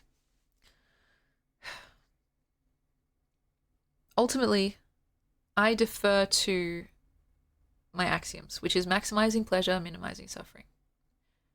There are arguments to be made that AI causes suffering, but I can't tell how compelling they are, how true they are, if they outweigh the pleasure that they produce from whatever output it is that they're making. I don't know, you know? It's like, it's one of those things where I think I have to, and annoying as it is, just kind of sit with the ambiguity, defer to the question mark, as I like to do, and kind of wait it out, because there are some pretty compelling arguments on both sides. They can be pretty extremist, like, oh, if you use AI for anything, you're a bad person, or if you're not using it for literally everything in your life, then what are you doing? And so I'm kind of like, I think a little bit more, I don't know, a little bit more in the middle, which is, yeah, I know, it's like kind of, it is what it is. It's frustrating, but I don't want to be too hasty. And I recognize how unlearned I am in this field, you know? So, yeah. I'm ready to eat my words in the next few years when we're either like slaves to our AI overlords, or all the forests have been burned down from people trying to generate like anime boobs. But until then, I defer to the question mark because I'm not sure. I see the potential. I think that's the main thing. This is a personality trait. It's not something exclusive to AI. I typically try, you know, either consciously or subconsciously, to see the potential in things. Hopefully a positive potential. But just like the what if, I want to believe in that. Like I want to engage with that vision of hopefully a nicer, better world, however that looks. Because otherwise it's kind of miserable, right? But yeah, hold that thought. Because we've got a wink. This is for you, Cody. Ding! And some messages in the chat, which I know. It's literally, you guys, you know what you sign up for. You know, I have that habit of writing things and making memes and they come true. That has happened to me too before. It's quite scary and kind of thrilling. Tell me more. And yeah, GPT-5, I haven't played with too much. It's new. And I don't have the pro version, so it kind of ran out of messages quickly. But I saw a video on what it can do. And I was like, holy shit, we are in the future. Like, I always say that. Like, when it comes to AI, I literally always come to that conclusion. But it's like, we are literally living in the future, right? Like, I don't know how people are going about their days being so normal about the fact that we have somehow created these fucking incredible pieces of technology that we also barely understand how they work, you know? We are barreling towards something like unfathomable to someone even 10 years ago, right? And yeah, as a pleb who doesn't really understand how AI really even works, it's mind-boggling. Um, but like, yeah, even people that are in that field, they're kind of like, yeah, we don't really know how this is working, but it's cool, right? And I haven't even like gotten my hands on anything too robust. Like I've never paid for a pro version of any of these apps, mainly because I just like don't want to. Um, I don't want to pay for it. But like, damn, the stuff that people are doing with it nowadays. It's scary and exciting and cool and weird and all of the above. So, yeah. Um, cherry decadence. Cherry decadence. Well, that's actually, it's interesting you say that because a lot of the time, like writing something down is the first step to making it happen, you know? If you want it to, that is. It's not like inevitable, but if you're kind of hoping for something, usually writing something down can be a great way to set a goal or like to almost like put a plan in motion, even if it's just subconsciously, you know? And so that's cool. And yeah, it also makes sense that we often write down things that are on our minds and kind of, you know, color the rest of our days as well. But yeah, it's happened to me before where I've written something down.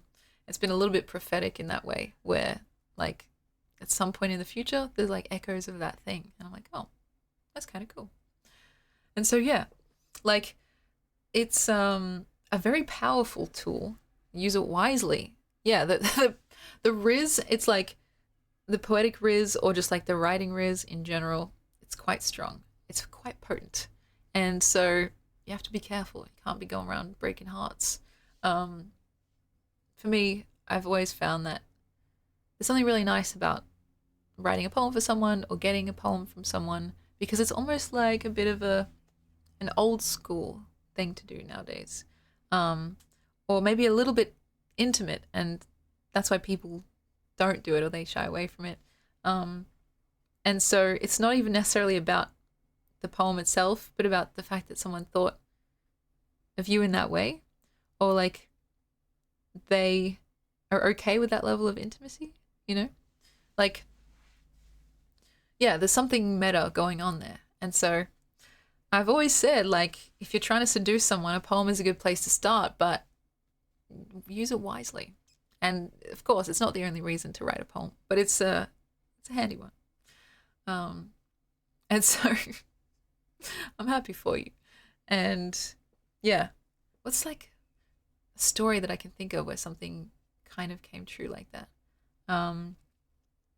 It kind of goes both ways because I often also write about stuff that has happened.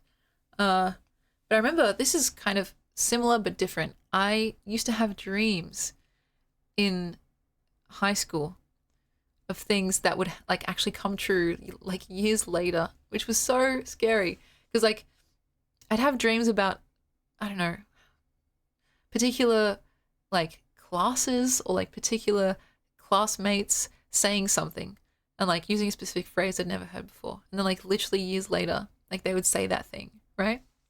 Or like it would be the same scene that I dreamed up. I'd be like, whoa, deja vu. But it wasn't deja vu, it was like dream ja vu. And that used to happen to me so often. I was like, wait, is this like, do I need to see someone? But it kind of just stopped happening. And now my dreams, oh God, besides the fucking constant sleep paralysis that I used to get and all that and the nightmares and stuff, I typically just dream now about random shit. Like I lucid dream a lot. And sometimes I don't even dream at all because I don't even sleep. But yeah. Yeah, I see places. Oh yeah, so one time I had this dream about this guy, which was like in the dream I guess he was meant to be like my soulmate or something like that. He was handsome. He was wearing a suit and like we were acting like we were these star-crossed lovers, right?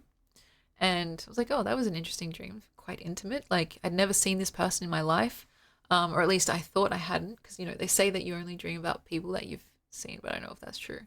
Um, and I thought really nothing of it after the initial shock wore off of just like having a dream like that.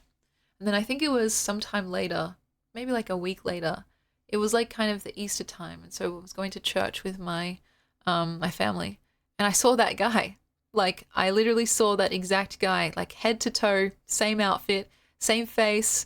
Like, I was shocked. Like, I was shooketh. And like, I don't go to church regularly. I only go for the big holidays, like any faux practicing person. And I'd literally never seen this person before in my life.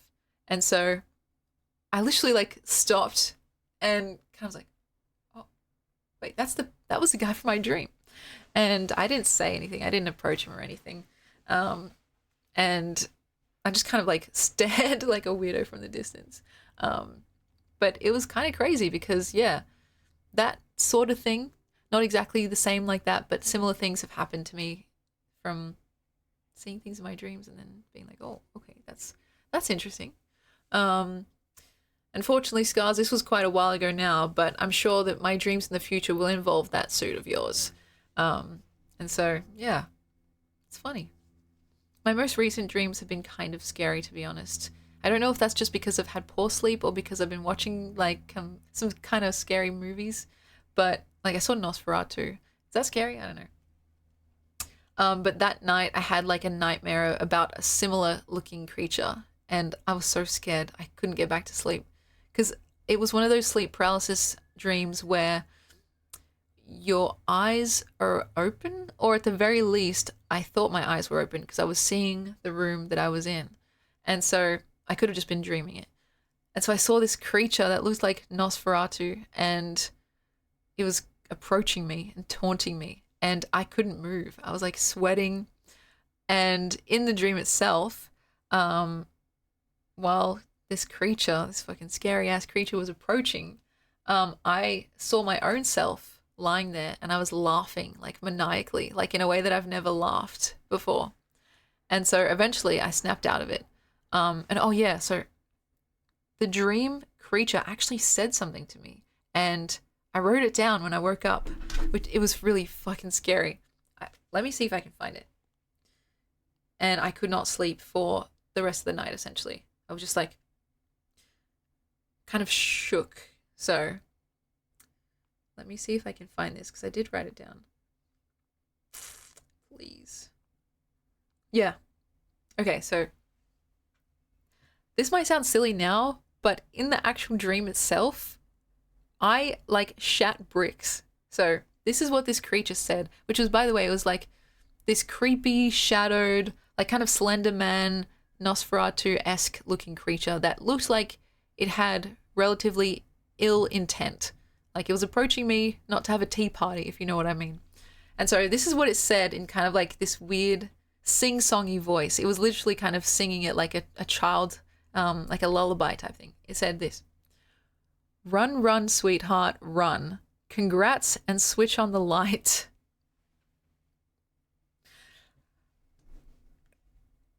And I was like, and when I woke up, that's the first thing I did. I turned on the light and I was like, the thing was gone. But yeah, that was really scary. And I was like, okay then, what was that? What did I just see? And yeah, it hasn't come back yet. But why? Why did it say that? Like, what does that mean? What do you mean? And so, yeah, that was probably my fault for watching a scary movie like that. But what can I say? My auntie wanted to see it, and how could I ever deny her anything? But yeah, I think maybe I should have watched an episode of SpongeBob after that, and maybe I would have been safe. But damn, run, run, like it's creepy enough without the fucking commentary. But yeah, I haven't had any nightmares since then, I don't think. I haven't had many dreams since then. One weirdly psychedelic one, which I think was because I was like on the cusp of lucid dreaming, but I didn't fall like all the way into it. And so, yeah, when you're on the edge of like consciousness, semi-consciousness, and dreaming consciousness, things get pretty freaky. And so yeah, I was like, oh, what the hell? it was a bit of a trip. But yeah. What else was I gonna say? I used to write down my dreams quite a bit. I would make it a point to write them down like almost every day, and it was fun actually. But it used to take a while. Like holy shit, with some of these long ass dreams, it would take me like an hour sometimes, and I just got lazy.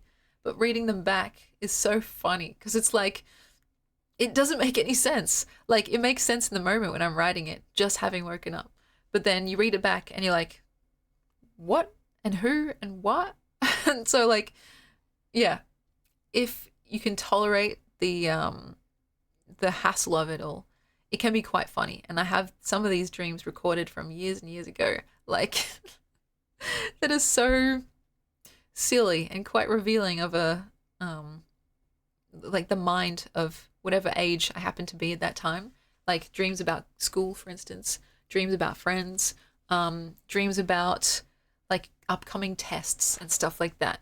And so, yeah, it is quite interesting. Like that idea of whatever it is that's happening when we sleep, the brain's kind of sorting shit out, like resetting, rejuvenating itself. And I definitely do feel it when I don't sleep as well as I should, which is almost every night. For the longest time, I would almost sleep in like a every second day cycle. So I'd stay up for like 24 hours or even longer, 36 hours, and then I would sleep for like 12 hours and just rinse and repeat. And that's horrible for your health, you know? I don't know why I was even doing that. I just really, it's really rare for me to get actually sleepy. Like I get tired. I get physically tired. I get mentally tired as well. But even if I'm mentally tired, sometimes I just lie in bed and be like, well, what now? And so it would just be the case of like my brain is too on to relax enough. And sometimes I would fight it and just try and lie there, you know? Other times I just give in and like fucking get up and play games or something. And so of course that didn't help. But you know, eventually it's like, well, fuck, I've been lying here for 3 hours. What now? But yeah, it's been an issue ever since I can remember.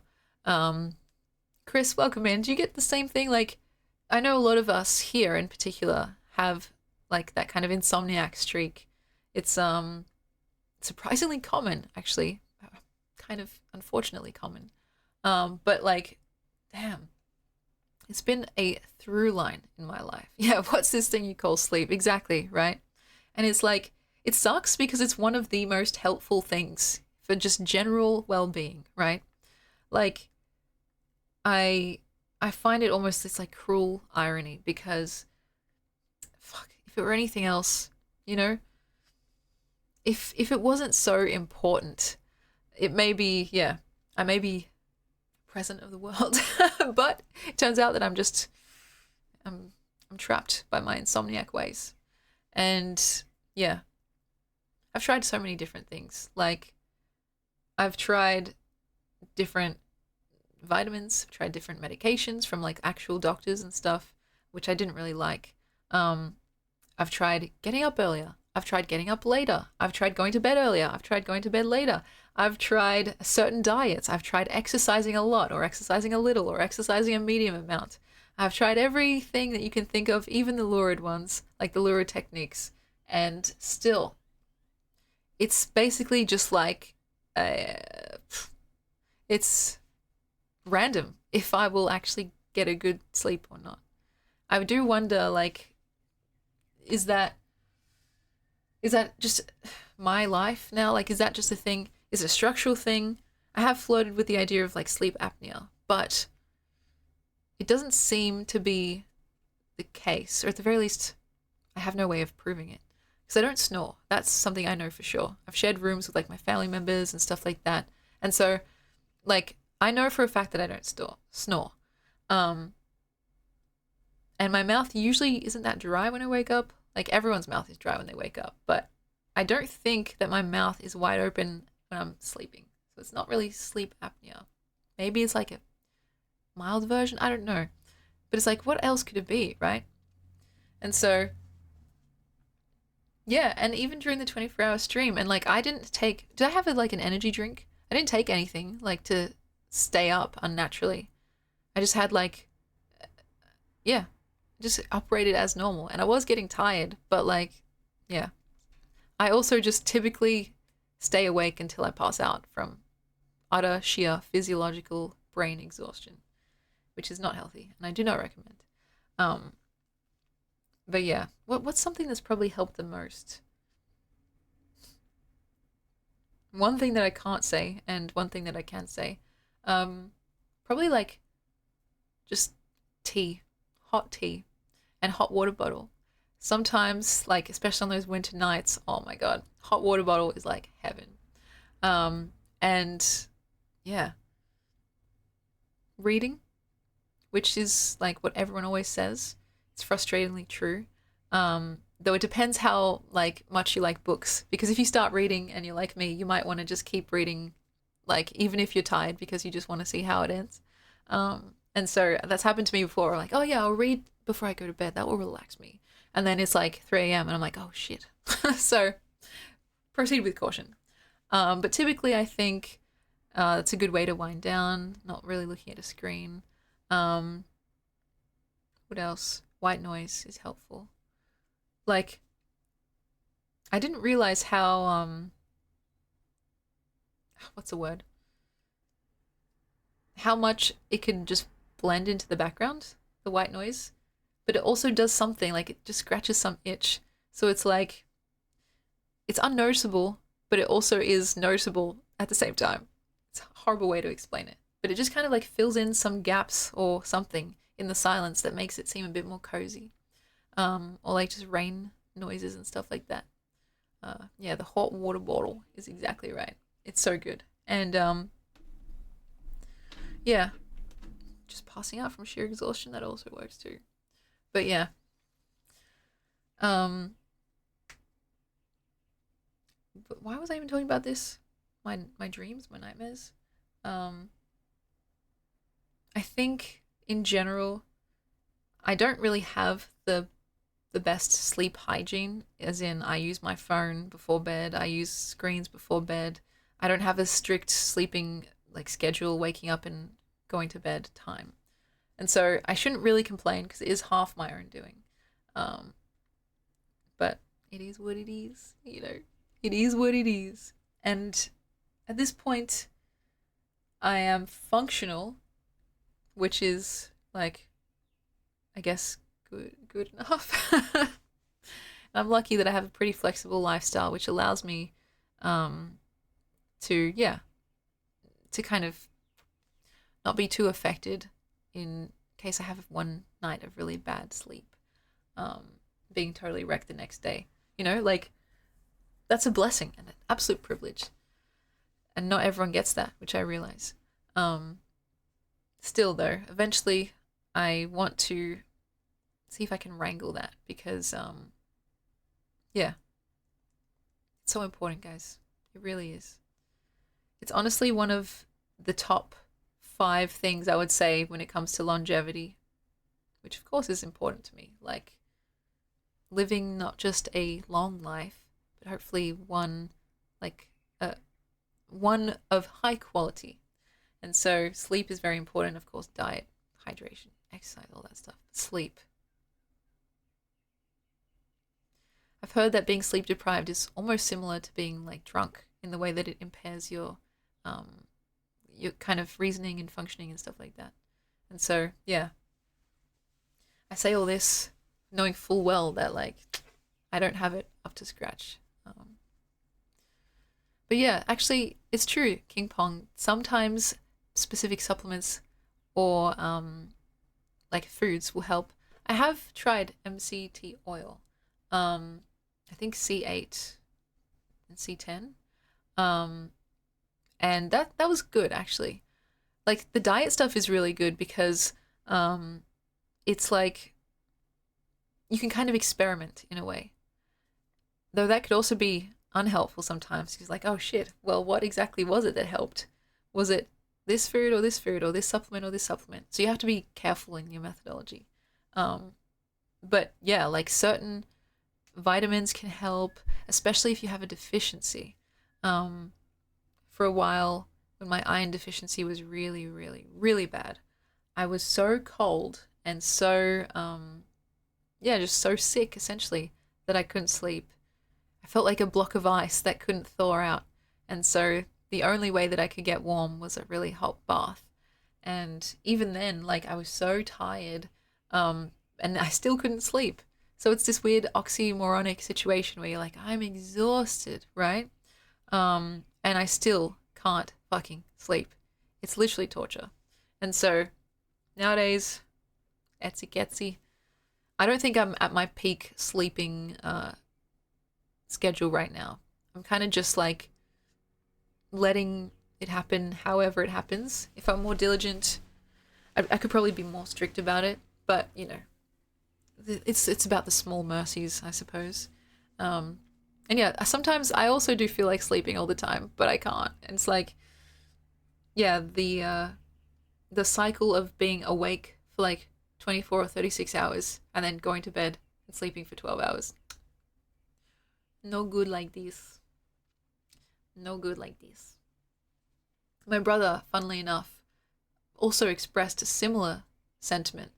Like, we were both saying, like, I feel like our internal clocks, like, aren't based on a 24-hour time scale. They're based on something a little bit longer, like 36 hours, something like that. But of course, that's not how the world works. You kind of have to acquiesce to normal life and living.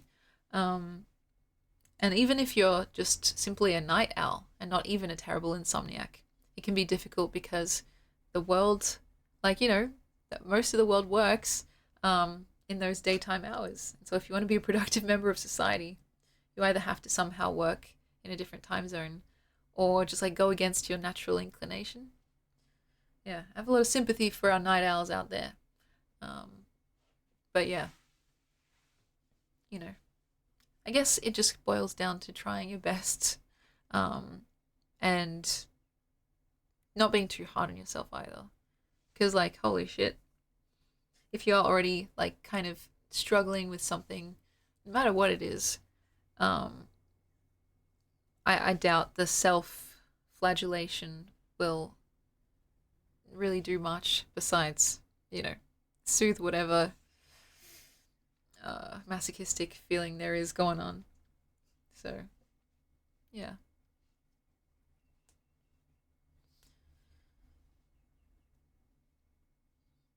Hmm.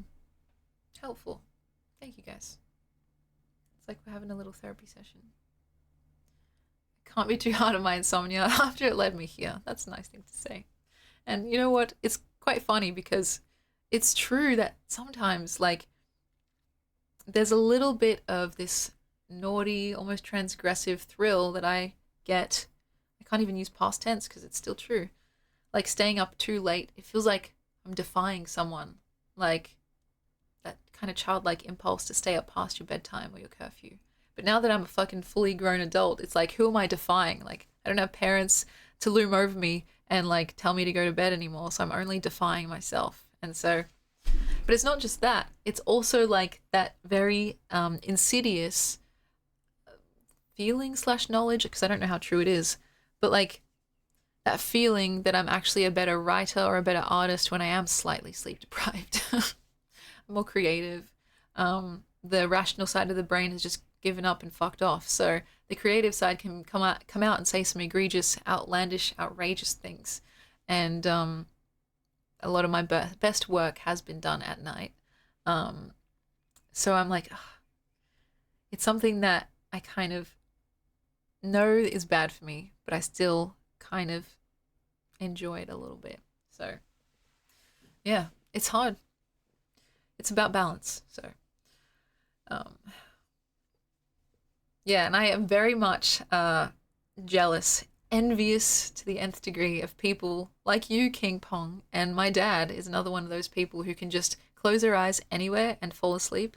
Like, he could probably... Where's a good example? Oh, this is absolutely fucking true. My dad, he went to the cinema to watch Oppenheimer, and he fell asleep in the theater right before the bomb went off. And he slept through it. I was like, how? Like, literally, how? Only my dad could go and watch a movie about like something so monumental and catastrophic and loud and fall asleep. And my brother was there, so he can vouch for it. He literally looked over and was like, "Dad, what the hell?" But he's just like he's built different. He can just sleep wherever, whenever. Um, though I will say it's at least I'm not the kind of person to have like a bunch of alarms that I sleep through. Because, you know, being an insomniac, I'm also a light sleeper. I feel like that kind of goes hand in hand. Um, too much of a light sleeper, I would say. And it's never been something where I needed like 5 alarms in a row. My sister, on the other hand, she's quite a heavy sleeper. And so I remember when we all used to live together, like at my parents' place, being in the room next to hers, like sharing a wall, and then just hearing an alarm go off every 5 minutes, you know? Like it was torture. And so she wouldn't even hear them. So they just go on and on until the next one went off. I'd come into her room and be like, "Wake up," you know? And so I don't know. I don't know if I'd prefer to be a heavy sleeper, but at least I haven't woken other people up with my multiple alarms, you know? And so, yeah. Oh God. I remember that this other story of being being fully asleep and like kind of tossing and turning and then being woken up by something that was uh kind of annoying me on my side and like poking into me and hurting me. And so like put my hand in my pocket to investigate what the hell woke me out of my slumber. And it turns out it was literally a bunched up tissue. Not my proudest moment. And that's not even like the only time that happened. But anyway, would I say that I'm high in anxiety? I think so. I mean, judging from our conversations, I feel like how could I not be, like from the stuff that I've described in my life. But the insidious thing about like being like anxious, socially or otherwise, is that it it starts to feel like normal or neutral. Like, oh, everyone must feel this way, you know? Everyone must get like this debilitating heart palpitations when they're dot dot dot dot, right? And so I can't tell exactly how high is high, but yes, I have those anxious tendencies, and I'm very particular. I think that's the word. I like things in a certain way, and like I think I'm relatively accommodating. So like it's not like I'm going to say, "Oh no, you can't do that because da da da." But if I'm on my own, like I have specific methodologies and stuff, or like just comfort preferences that I'll typically stick to because I just know it works. But yeah, baby, this is for you. Ready? Ding. And that looks like a new username. Is it a new username? Uh, yeah. Does that make sense? I think anxiety at this point is also pretty like common. It's like almost the majority of people now at this point, which is so harrowing to think about. Um, but you can also have anxious tendencies without being a full-on anxious person. Is that right? I don't even know if that's true. I mean more like that type A, type B. But yeah, it's weird because I'm really chill in some aspects and then really not chill in other aspects. Hmm. Always makes sense. Sometimes does. Sometimes. That's good to know. But yeah, what can I say? I feel like the complaints that I have had, I mean, if that's the worst of it, it's a pretty good life. So I feel I always come back after a long session of complaining and ranting, come back to that inner feeling of gratefulness because shit could be worse. You know what I mean?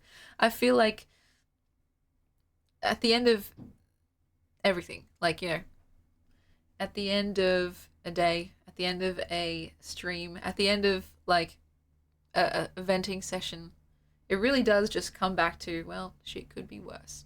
Not to invalidate, but just to hold space and appreciate the the general good stuff that we've got going on as well, because gratitude is a very important like value for me. And whenever I'm feeling a little bit lost or unlike myself, or like I've lost a bit of direction or purpose, it's usually because I've maybe slacked off a bit in terms of like, being gracious, being grateful for things, showing gratitude. Um, or I just need to do it a bit more. And so it's a nice grounding point for me. Um, you can be grateful in a bunch of different ways too. I know a lot of religious people like pray and stuff. I mean, I'm personally like not religious. And so it's usually more about like doing nice things for other people or myself. Um, Sometimes even if it's like something I don't want to do, like for instance, going to the gym. Like that's a really good example of doing something nice for yourself, even if you kind of don't want to do it.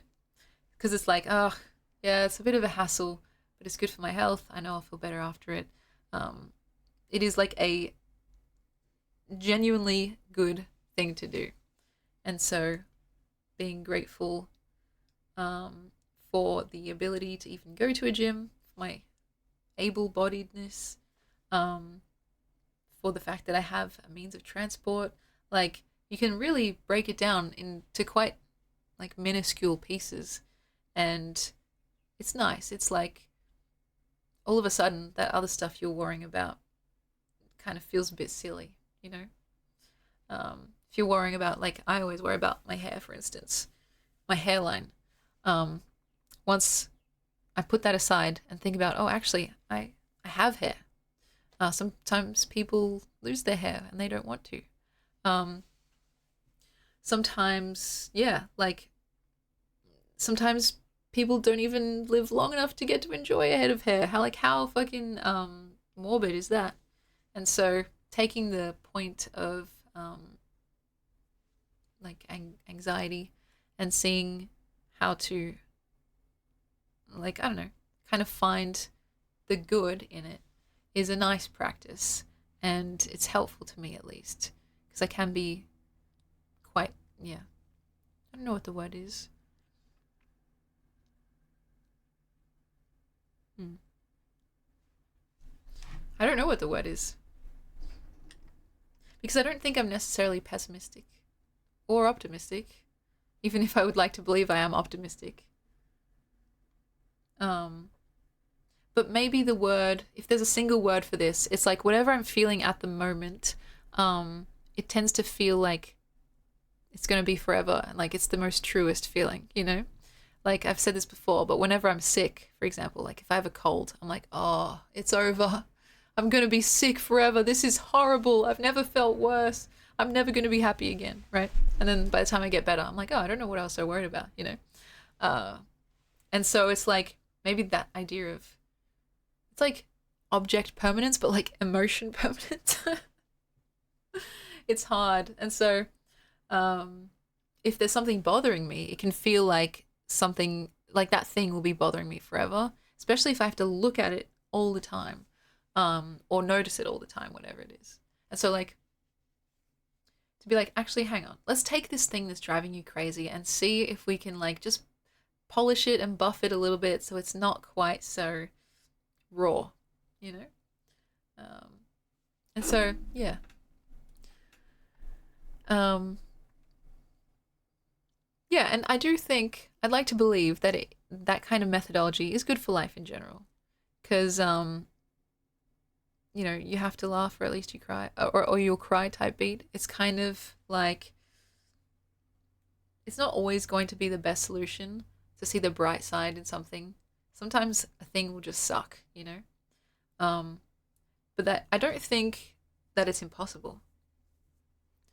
Like even the worst things in the world, I think, can be used as a point of data at the very least for future, like arming yourself with knowledge and yeah, just general good feeling through whatever means. Um, and yeah, we're in ads right now. I have some time to think. Elevator music. Do do do do do do do do do do.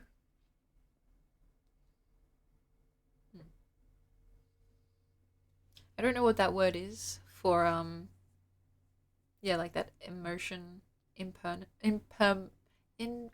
what the fuck? Impermanence. But whatever it is, that's yeah, something I'm prone to.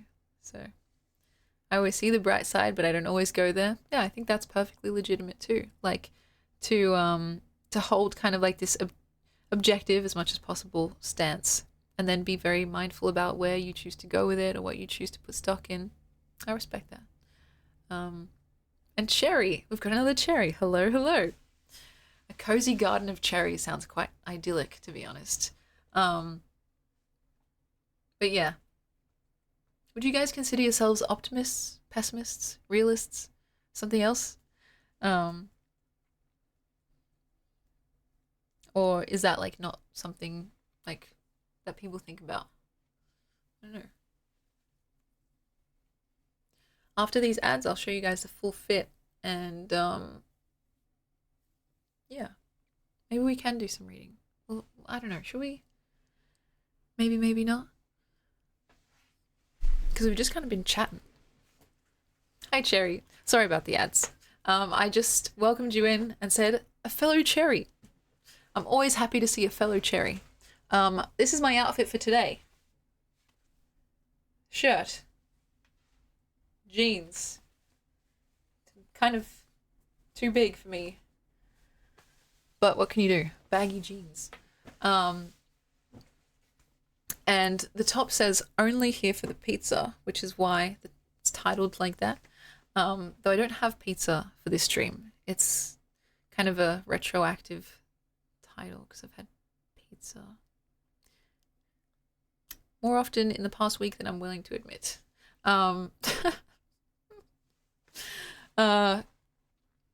Cody, I think you're definitely an optimist. That's very true.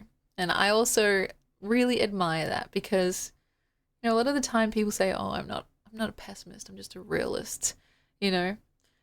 And I honestly think it's harder to be staunchly optimistic than anything else, you know?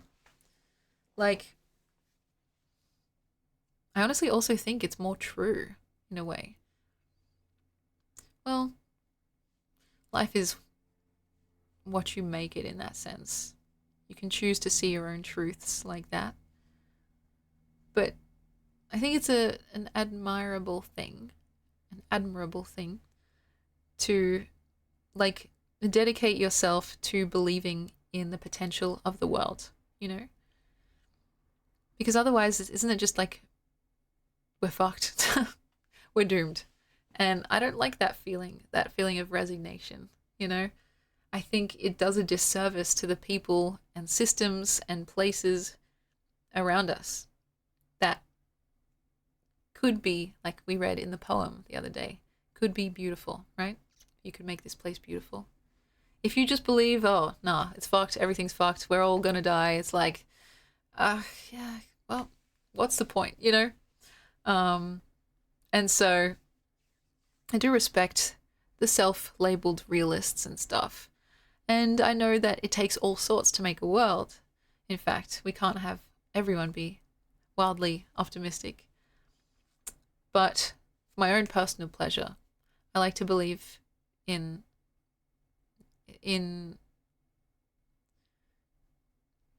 how do I phrase this?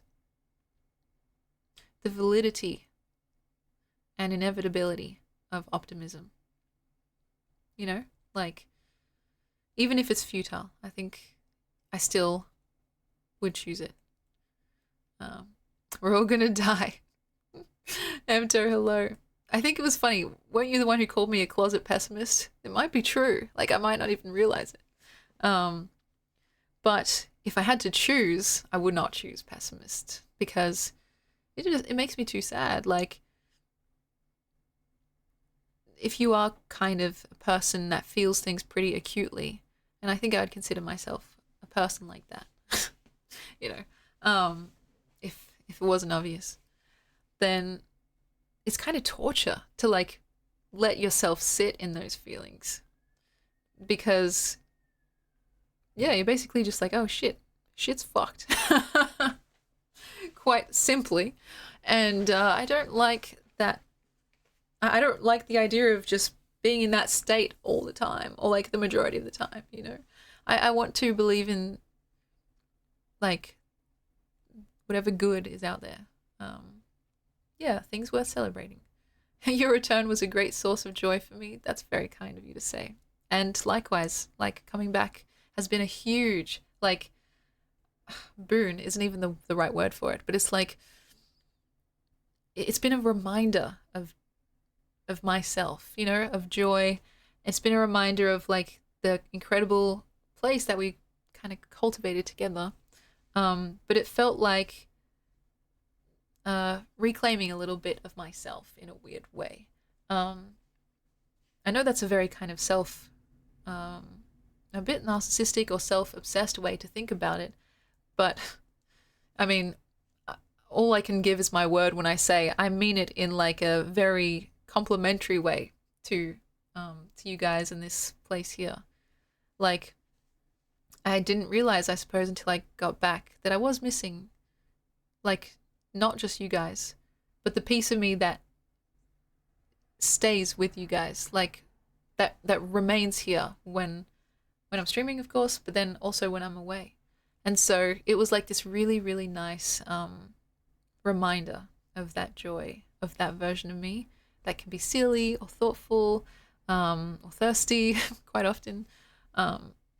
Because where else am I going to get that breadth of opportunity to be all of those and more? It's quite an important like thing in my life to have that ability, flexibility, the variety, and to astonishingly like have a group of people, however modest, like that are willing to indulge all those different refracting sides of me. Like that's really cool. And so yeah, it's like it's been a great source of joy for me too. And of course, I mean, you guys, like I missed you just without all that other stuff. So yeah. Um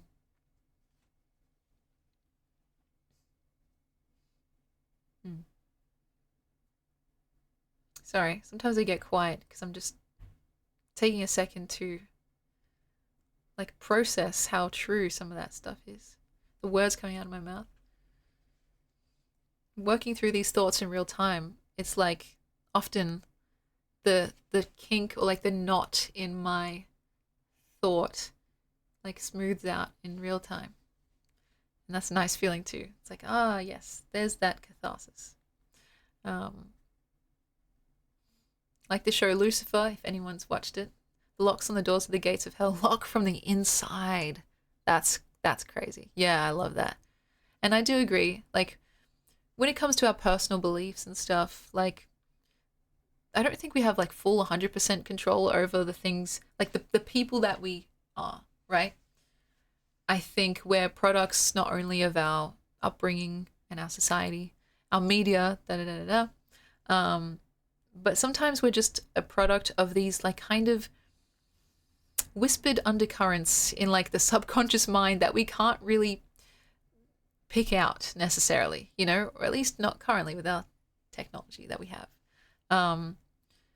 There are lots of things just like due to being a person that's living in the world, like we pick up on these little things that we don't even realize, and they kind of inform our personality, right?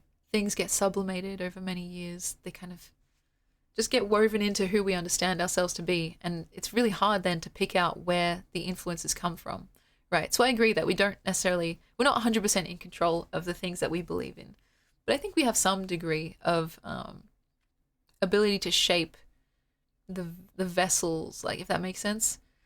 Like our own moral understanding of the world. The different containers of like right, wrong, kind of fucked up, kind of gray area, like those things can be played with, I think. But like, I'm no sociologist, so take that with a grain of salt. But at least in my experience, like, I've had my mind changed quite often, actually. It can be embarrassing if you've been staunchly defending a position only to realize, oh, fuck, maybe I was actually wrong. But the way more embarrassing thing would be to dig your heels in, especially when you know that you're not actually defending a position anymore that you agree with, you know. And yeah, Serenaded Swan, you're so right, and welcome in, by the way. A lot of people don't even know what they believe in. That is very, very, very, very, very, very true. It's not something that I begrudge in people because, like, it's hard, you know?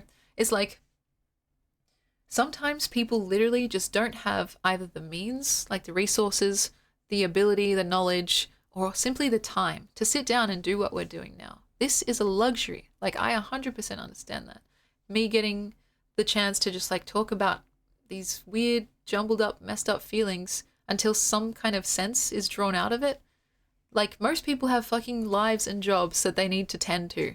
You know, unless you're maybe a therapist, and that's kind of part of the whole thing. And so some people literally just don't have the time because they're busting their ass trying to make rent. They don't have time to sit down and be like, what do I believe in? How do I think about thinking? You know, it's like, it's this very, what's the word?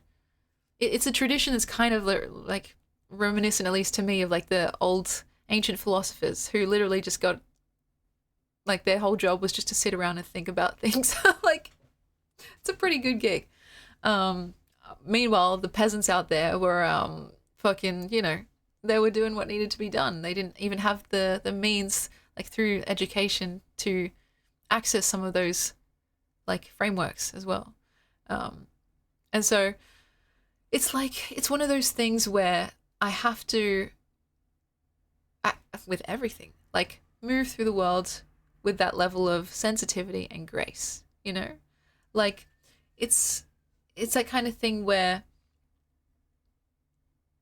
a really important skill, I think, to have is the ability to step outside your own perspective and be like, oh, okay, to me, this seems so obvious, right? Like, whatever opinion it may be. Pineapple does not go on pizza. All right, like, this has to be true. Like, just from everything that I know about the world, it just has to be, right? But, like, you know, it's that sense of objectivity that I think can be challenged. The Italians in the chat. Yeah, I mean, it's like the idea of stepping out of your own perspective, which feels so absolute, and just attempting to peek outside of it can be really helpful, because then you get to see, oh, actually, maybe someone else, like, there's a valid opinion in there somewhere that I can learn from, or, like, gain some deeper appreciation of. Because that's really what it's all about, right? What's the point if not to, like, to learn something new, or to find a way to connect to someone or an idea on a deeper level, you know? And so, yeah. And I don't have a concrete position on everything. It's true. I often defer to the question mark. I often don't even realize certain, like, topics, like, or the full depth of certain topics. And I try my best to, again, just approach certain things with, like, the knowledge of my own axioms, right? And that's usually helpful. It's like, it gets me by, you know? Other times where I need to do more into, like, intervention, like, kind of stuff, actually going out of my way to learn and research. And yeah. Yeah, to criticize people for not having an opinion on topics which are obvious to you is unfair because they have their own beliefs, which are obvious to them. Yeah, like, I think we're on the same page. It's like that idea of no matter what the topic is, and how ubiquitous it may seem, to just, like, put the person first, essentially. Like, look at this person that you're talking to, or maybe it's, like, over the phone or whatever, and just, I don't know, restructure whatever hierarchy is going on in terms of, like, I need to win this discussion versus, like, I want to connect with this person. Like, see if there's some way to either, like, balance those out or, like, readjust, so it's not really like a war. It's more just like a curiosity, like, probing. Like, what do you think and why? And like, how can this like bring us closer if that's the goal? Or like, how can this inform like the rest of this conversation? Um, because I think that ends up being more productive in the long term. Um, and yeah, it's like, yeah, I also agree. Like with when it comes to changing someone's opinion, it's one of the hardest things to do. Um, and more often than not, it isn't about the actual facts of the matter, as much as people would like to believe that. It's similar to when we've talked about how, like, the truth on the internet, especially, usually is subservient to the entertainment value of a particular thing. So the thing that usually gets spread is not the truth, but the most like titillating version of that thing. Um, Similarly, I think when it comes to changing someone's mind, it's about engaging with that person emotionally, um, and yeah, trying to find that common ground or like that empathy, um, because yeah, a lot of our thoughts and feelings and beliefs, they're not really rooted in the cold hard facts, or at least not only. We have an emotional investment in them. We believe in them because we believe in something that they tell us about them, you know? And so, yeah, I think you could have all the truest information in the world, right? Man is absolutely a social creature. And still, you might not be all that compelling or convincing. And that's life. But yeah, VTech, welcome in. Hello, hello. Um, that's why I think when it comes to debates and stuff, oh gosh, I'd be terrible at a debate because I'd get too nervous first and foremost. But like, it often turns out that when two big, like, let's say creators or whatever, like two online figures or public figures have a debate, they're pretty unlikely to actually change each other's minds. But it's more about the spectacle of the event and the people in the audience who may be neutral or kind of wavering on their position.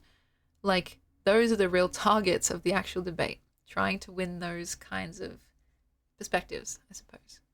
Um, and yeah, they can be quite like ruthless at times, at least online, and veer into the blood sport territory. Like, if it's political, especially, though I'm not going to even touch that, like, not here at least. And yeah, people have opinions, certainly, and beliefs that they feel, or at least, okay, wait. I don't assume that people believe in something because it's not true, but they just want to believe in it. So I have to assume that people believe in things because they think it's right, you know? But when it comes to multiple different opinions on that same topic, if people can't all be right, then what next? The facts are already out there. So how do you convince someone?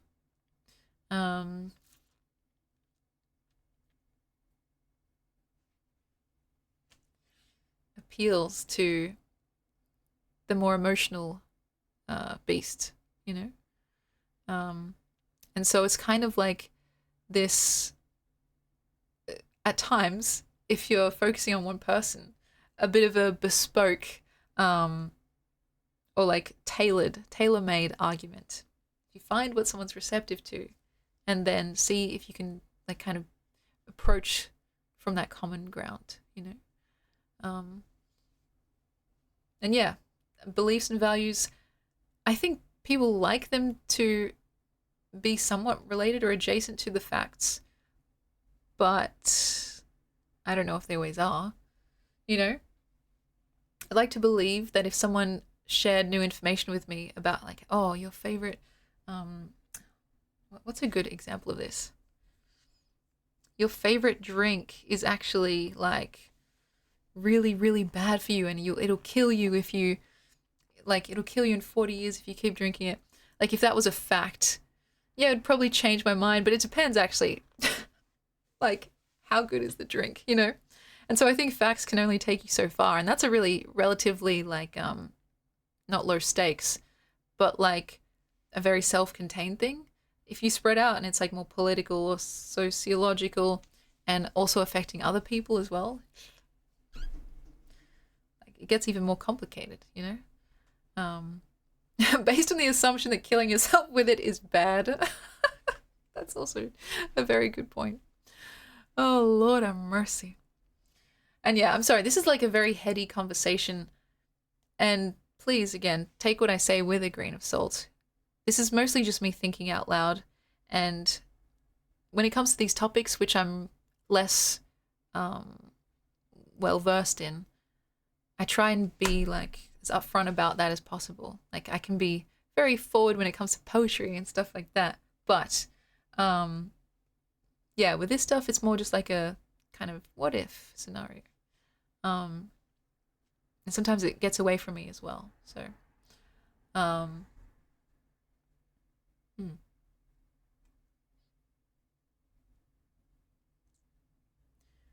Ultimately, to simplify, I think it's a good place to start if you approach most things in life with a general sense of empathy and sensitivity. You know, just give a fuck where appropriate. And that doesn't mean be a pushover or be too soft. Stand your ground absolutely when you need to. Like, you know, I think that's actually something I still need to work on. Yeah, be kind to people. That's right. And if you're starting from those kind of really basic tenets, basic premises, be kind to people, give a fuck when you should. Um, like, it's a really solid starting position. And it cuts through a lot of that noise because things get piled on top of each other. Like, expectations of the kind of person you should be, or like the thing that's acceptable or sociable in society, um, what's trendy, but it's timeless and like what's the word? It's more mentally healthy, at least for me, to have that sense of stable understanding of like the kind of person that I am and why. Um, and yeah, I'd like for more people to have that if they want that, the kind of stable sense of self, you know. Um, be kind always, exactly, because it's like to me that's kind of in the realm of what I would consider self-esteem, because it's like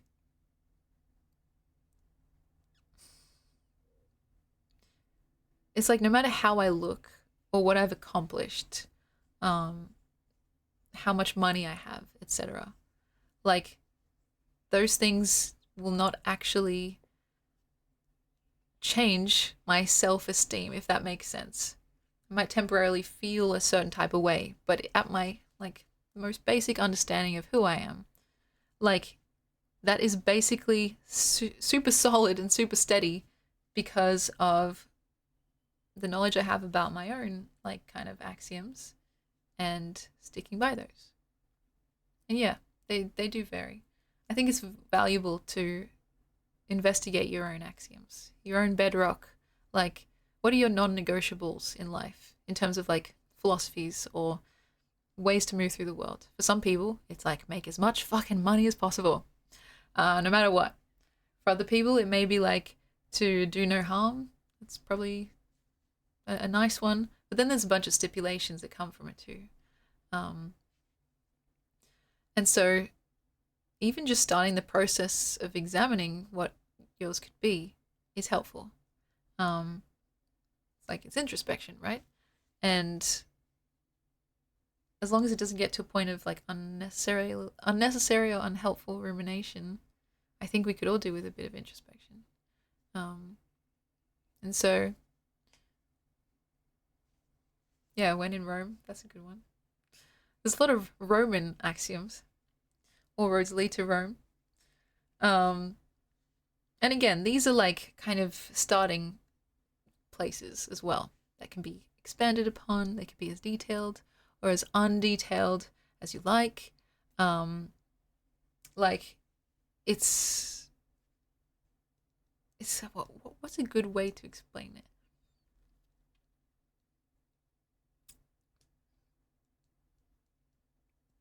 Hmm. Like, if you were a character in like The Sims, what would be your core trait? um, that's yeah, maybe a simplistic way, but like, oh gosh. Wait, there's an axiom about Rome, the church, as in like separation of church and state. Is that what we're talking about? Or am I showing my ignorance? But that's also pretty important, I would say. Um, I once won an award for my relentless positivity. That's true. I wonder where I got that. And so, yeah, that just proves it, you know? And like, yeah, to conceive of my own self esteem is based on not what I like look like or have or whatever, something more permanent than that, something foundational. Like, that's been really helpful because I've looked a bunch of different ways. I've had a varying level of things, a varying level of money, a varying level of friends. And if my self esteem was based purely on those fluctuating variables, I think I would be pretty crazy. Like I'd feel all like in a whirlwind all the time because these things are always in flux. And so to have something stable and kind of pretty rock solid, pretty simple that you can uh, feel secure in, that's like, it's priceless. But yeah, and it's true. A lot of people's thoughts and feelings, beliefs come from religion, even if they don't realize. Hmm, interesting. But that's a tricky one. Like, I feel like there's someone probably more learned, more clever than I am that can go into that a bit more. I have a pretty a-religious perspective. Um, like, I I've been in religious adjacent spaces. I'm technically, like, on paper meant to be Greek Orthodox. Um, but it's really just to make my grandma happy, who's pretty, like, she's pretty in that world. What can you do? Um, is God real or is it just my father dressed up? That's quite poetic. I like that actually. Um, and so, yeah. But yeah, we have a bunch of influences that kind of shape the way we see the world, both subconscious and conscious, like positive, negative, insidious, or overt. You know, it's like it's really hard to pick them out at a certain point. Um, but like again, you can cut through all that noise as long as you just come back to the most like simplistic perspective that you can find within yourself that feels true. What do I give a fuck about? What is non-negotiable? Like what is the like kind of thing that I feel like, you know, is almost inextricable from who I am, you know?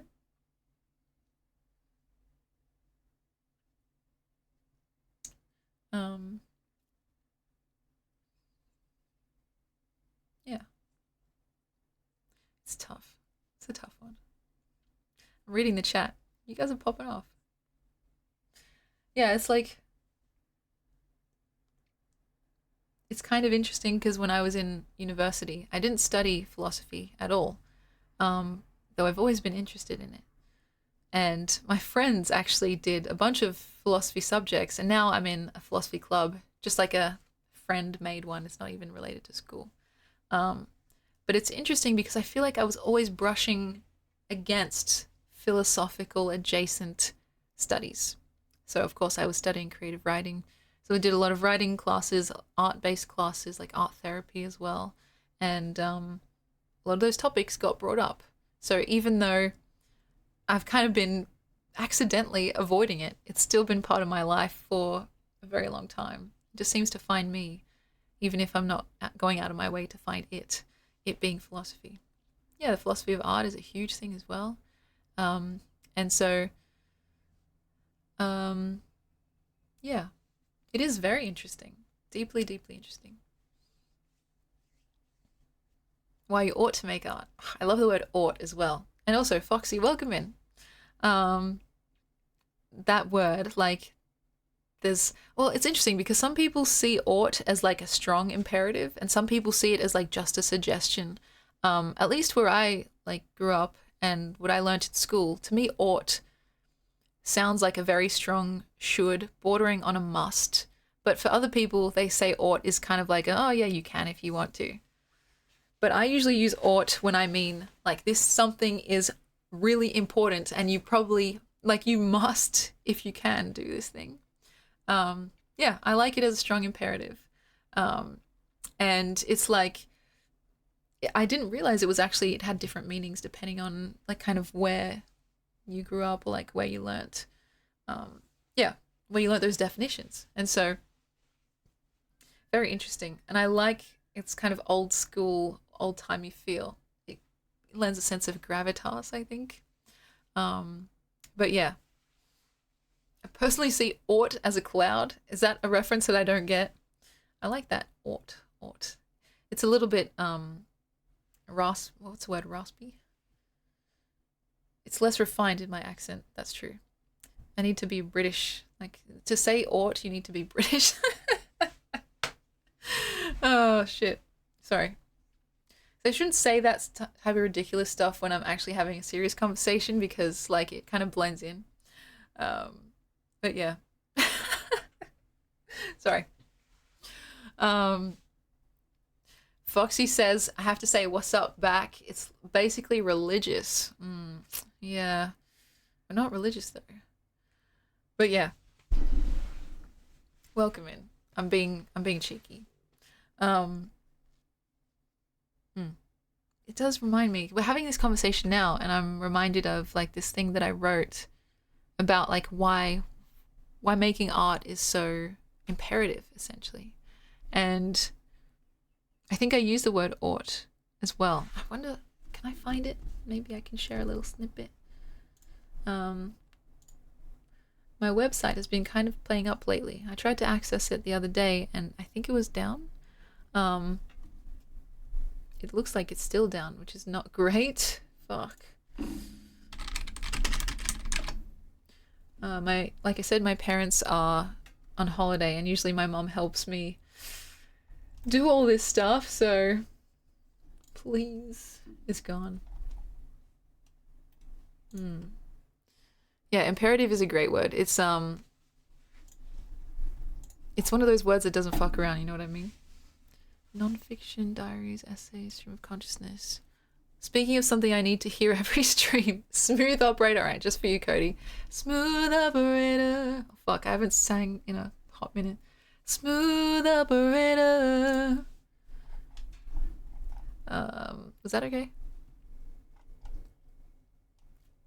Why do I write? Midway through creation. Oh, the love letter.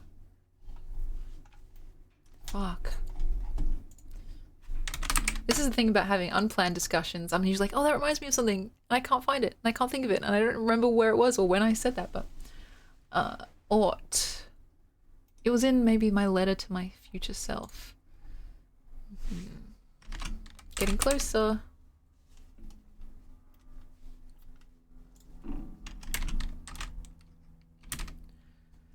Fuck.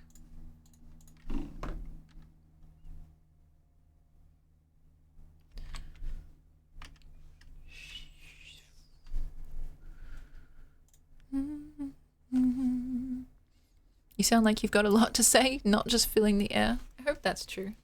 I mean, I like to think of this stream as kind of a stream of consciousness. Oh, pun unintended.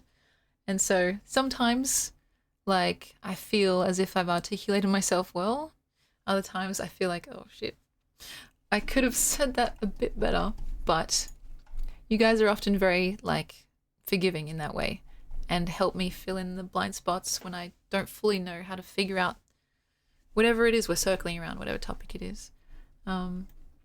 Next time maybe I'll bring up that little snippet because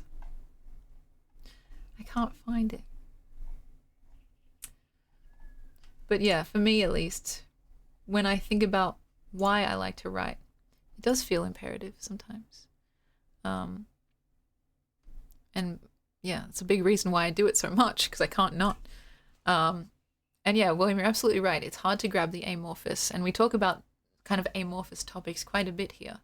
Um, it can be frustrating because I'm like, I wish there was a clear, concise way to explain this, and usually that actually we actually do get there, but it takes a bit of like kind of trudging through the muck. Because a lot of the time, what we do here on this stream is kind of like the invisible work that you don't get to see before someone gives like a relatively well polished speech somewhere else. Like this is the pre-work stuff that happens while someone's still figuring out a like an idea, a thesis, and then they go on to put that all together and deliver it in a nice neat package. But we're actually doing the before step, like the the hard yards. And so I hope that's still like somewhat interesting to you guys, but I mean, I can only hope. Yeah.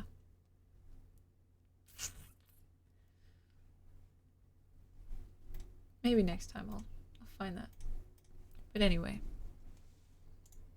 I'm just a line of code on your screen. Not just.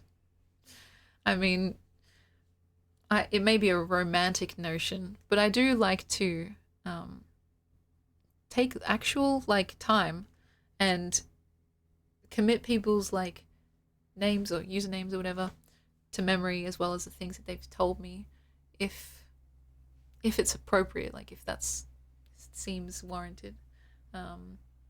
Like there's actually a tool that you can get on Twitch that lets you put someone's like name next to their username so you can remember it. And though that I can see the use in that and utility in that and how it would be very helpful, especially if you have like a lot of followers or whatever. I purposefully did not get that like plug-in or whatever because I wanted to go through that process of actually learning people's names in the same way that you would in real life, you know?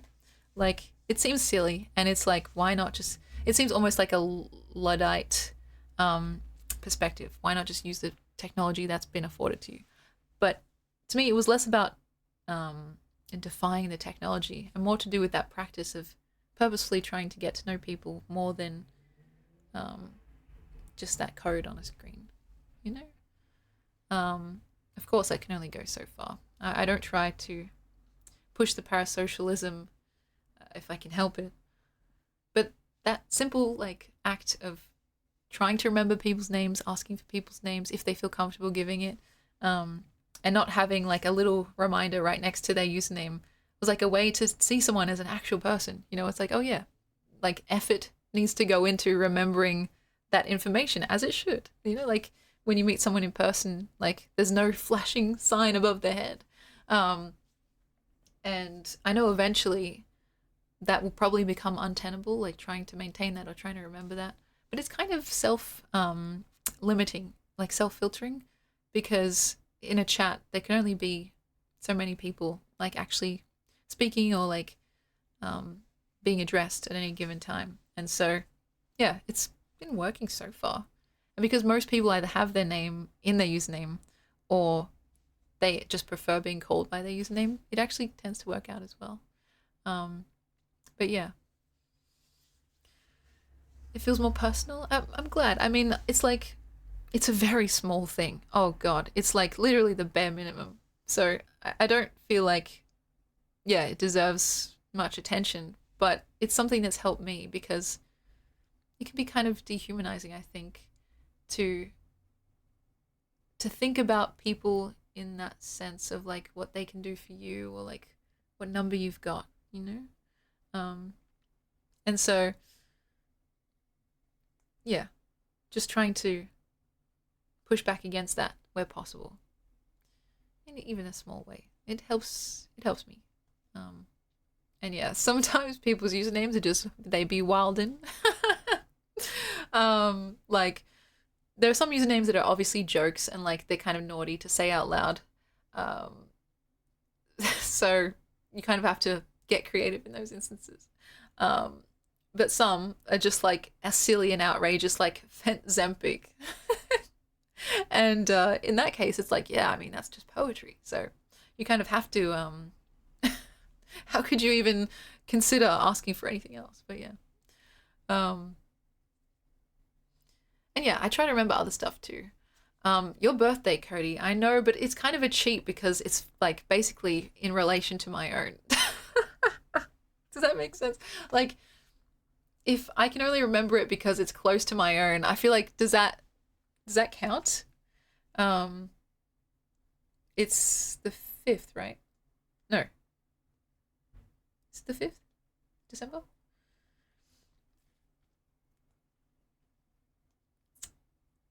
I'm scared. I know it's like really close. It still counts. Cody, put me out of my misery. I think it's the same week.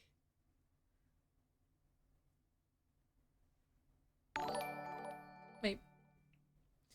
Um, it counts. I do little tricks all the time to remember. Yeah, if I'm wrong, oh god, just shoot me. Oh yeah, here's a new meme for you guys, by the way. If you ever hear me saying this, it's because it's like um, a family meme. Add one day to run. Yes, I got it.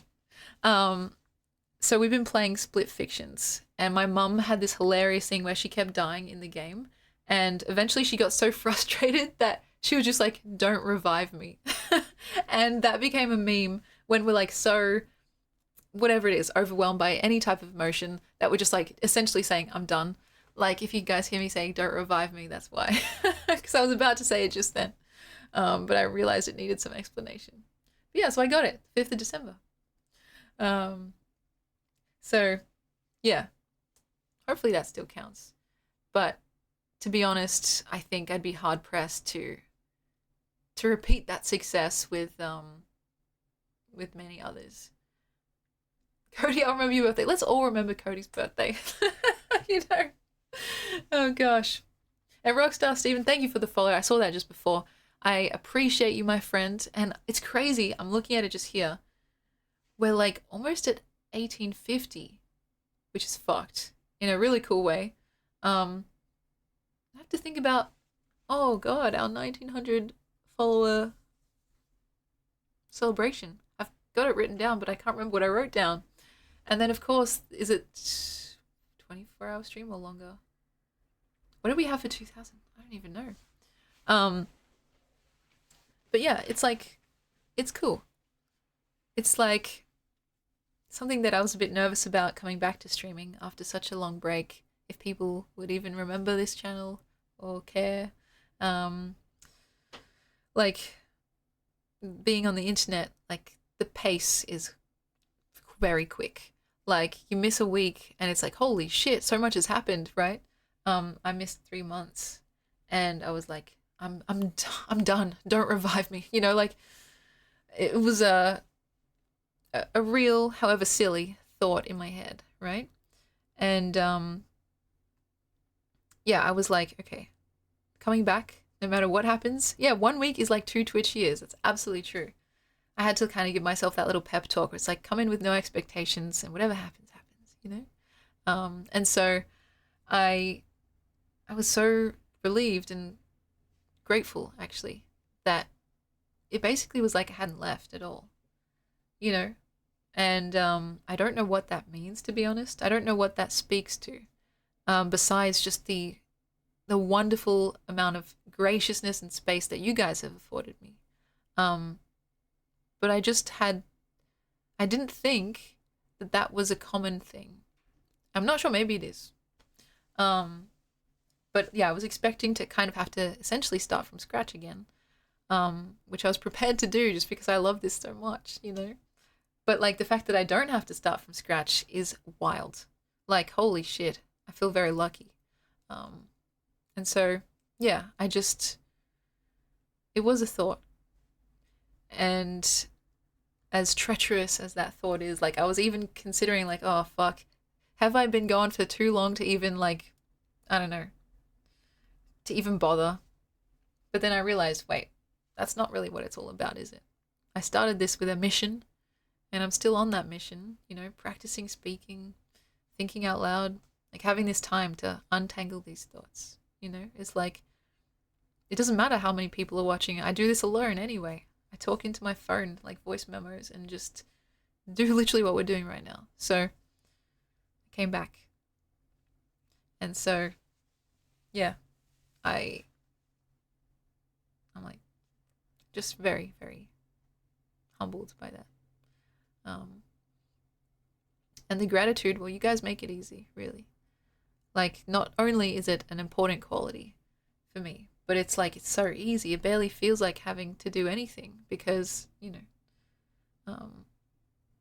it's a special little place over here. It's quite welcoming. It's very thoughtful.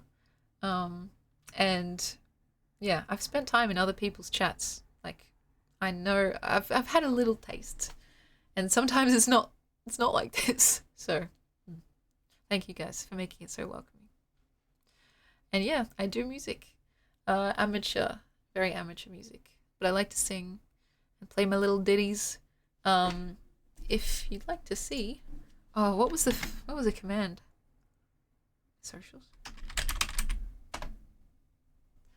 It's like a short little list there. Yeah, music sounds better with you. That song. You guys ever have like a memory that's connected to a particular song? Because that song, it's kind of been tainted by a memory, or not tainted. It's like not traumatic, but it's kind of like a weird memory. New Year's Eve, and we were all like kind of crazily dancing about in my parents' house. My cousins were there, my friends were there, and like my cousins were moshing at that point. And like they just kind of got too rowdy and too into it, and eventually they all kind of like crashed and tumbled to the ground, and then my cousin like dislocated his knee and then had to go to hospital on New Year's Eve. And that song was playing like at that moment. Oh god. And now every time I hear that song, yeah, I just think of that. It's like unbidden. It just pops into my mind. Music sounds better with you, baby. Oh god. And that's like not the only song that has a memory attached to it. In fact, it's probably more songs than not have like something that it reminds me of, or like even the person that recommended me the song. And so, yeah, they're not all crazy like that, but those stick out. My poor cousin. Actually, it was a cousin that you guys saw on stream, like way back when. Ethos. It was him. His knee got dislocated. So, yeah. We didn't talk about that on stream. Maybe for the better. But yeah. As for politics, I'm quite political in my normal daily life, but it's something that I don't talk about on stream really that much. At least not in the typical, like, political streamer way. Like, you won't see me pull in a Hassan or, like, like debate bro style. But it's something that I deeply consider and think is immensely important in real life. But I just thought I needed to find some way to delineate between what I feel comfortable and competent talking about and what kind of vibe I wanted to bring versus, like, yeah, what I feel like could work, essentially. Yeah, music. Food and drink, oh god, don't get me started. Like, we always end up talking about food, and then I get really hungry, and I'm like, oh shit. This is gonna become a mukbang channel, guys. No, it won't. But yeah, politics is interesting because it's so pervasive and it touches and colors everything that we do. But it's so charged, and friendships and fucking family bonds are created and lost over it. Again, I try to proceed with caution because I know how important it is. And I'm not really that, a lot of the times when we have these discussions, I'm really just, I just be saying shit, you know what I mean? And so with topics like that are very important, I try and restrain myself. Like, I don't know, maybe this is a thing, but like, oftentimes I am very more than happy to say I don't know as an answer to something as opposed to trying to kind of make something up. I can do my best and like put things together and make inferences, right? But especially when it comes to like topics that I know are very important and there's a lot riding on them and that I shouldn't just be so casual about them. Um, like my first thought is generally like, okay, do I know anything about this? Do I have any like authority to really be talking about this, especially if it's like in a kind of context like this, right? Um, sorry, I don't know why I said it like that. But yeah, it's like a lot of the time I think people don't like saying that they don't know because it makes them feel like they'll be judged or like uneducated. Um, but for me, it's like, oh shit. Imagine if I say something that's not actually true. Like that would be way worse. You know what I mean? Like to me, that's the true embarrassment. Um, and it happens. I mean, of course it happens. Information gets updated. Your own opinion can broaden. I've had this funny like ongoing thing with this stream where like the lifespan of this stream where like I've spoken about something and then the next day been like, actually guys, I changed my opinion on what I said last time. Just like based on thinking about it and like taking in what people have said. And so yeah, it's true. You can be wrong about stuff. I mean, it's like inevitable, right? But I think there's a difference. Like there's a level of grace that can be exercised. Like you can be wrong about something and graceful about it. You can be wrong about something and kind of like dig your heels in. I don't want to be that second type, you know? Like to me, it's not fun. I want to be the open minded and kind of like, yeah, just receptive in general. Um, to me, like things seem to flow better when I'm in that state. Um, but yeah, I don't know. Does that make sense? I'm not afraid to defer, I think, which is probably, yeah, unsurprising. But when it comes to stuff that I feel like I've got a really good grasp on, like when it comes to poetry and stuff, yeah, I do less of it, I think. Um, but yeah. Yeah, oh, in a debate, yeah, deferring is probably not what you want to do. I totally agree. Which is why I can't, like, I'm not really a debating kind of person. Actually, no, is that true? Not on stream, but between friends, between family members, I think I'm, like, I allow myself to go a bit harder. Yeah, but in, like, the kind of online debate bro scene, oh, yeah, it's a blood sport. Holy shit. A lot of the time, it becomes more about the spectacle of the matter than the actual topics, which is unfortunate. Um, but it is a literal, genuine form of entertainment for people, which I can't fault. It's like, yeah, there's hype involved. There's like two warring sides. It's like whose side are you on? There's like that sense of tribalism and othering. It's like, yeah, it's pretty compelling in some ways. I could never be in that scene, like debating someone myself. But I've watched debates and like enjoyed them for both their content and the kind of presentation.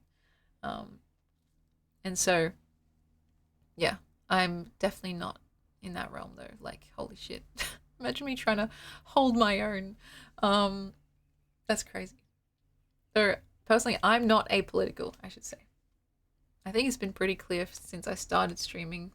Um, yeah, my almost all of my values are pretty left leaning, probably more so than people realize. Though, yeah, used to say my opinion on AI right now, it's kind of middling. I don't know. But yeah, I ain't a centrist. I know centrists get a they get a worse rep than anyone else. Oh god. But then yeah, that's torture for the relentless introspective person who just like, wait, but what about this? But what about this? But what about this? Yeah. Eventually you just have to be like, all right, what's my opinion? But yeah. Anyway, gosh. What have we even talked about today? I don't even know. Um just random ramblings. on a Monday. Music sounds better with you, baby. Hmm. Okay. We didn't even do any of the reading. Just got so into our conversation. That's the issue. If I don't have like a moderator, like not even on chat, but like in person, like telling me like, oh, Emmy, it's time to do this now. I'll just keep talking with you guys. Um, but yeah, music does fucking rule. What songs are in my head right now? Purple Disco Machine. Is that the name? Really, really enjoying some of their songs. Um, what's it called? Honey Boy. So good, so good. And recently, Something on My Mind. I'm not interested in loving a soundbite or skipping midway through the night. And then that really catchy, how does it feel when you lie awake? Ignore the ache just to get through. How does it feel when you lie awake? Like if you're into pop, yeah. Purple Disco Machine. And you guys ever get like a song incessantly stuck in your head? That's what's been on my mind. And it's funny, it's called Something on My Mind. So that's the song that's been on my mind. Um, but there's something on my mind. I'm a pop head at heart, and so in general, kind of boring because like pop, what can you say? Um, but yeah, there's a couple of eclectic bangers thrown in there sometimes that people are like, oh, I didn't know you went that way. Um, I've got my outliers. But in general, I'm pretty much not guaranteed, but highly likely to enjoy almost all pop. Um, but yeah.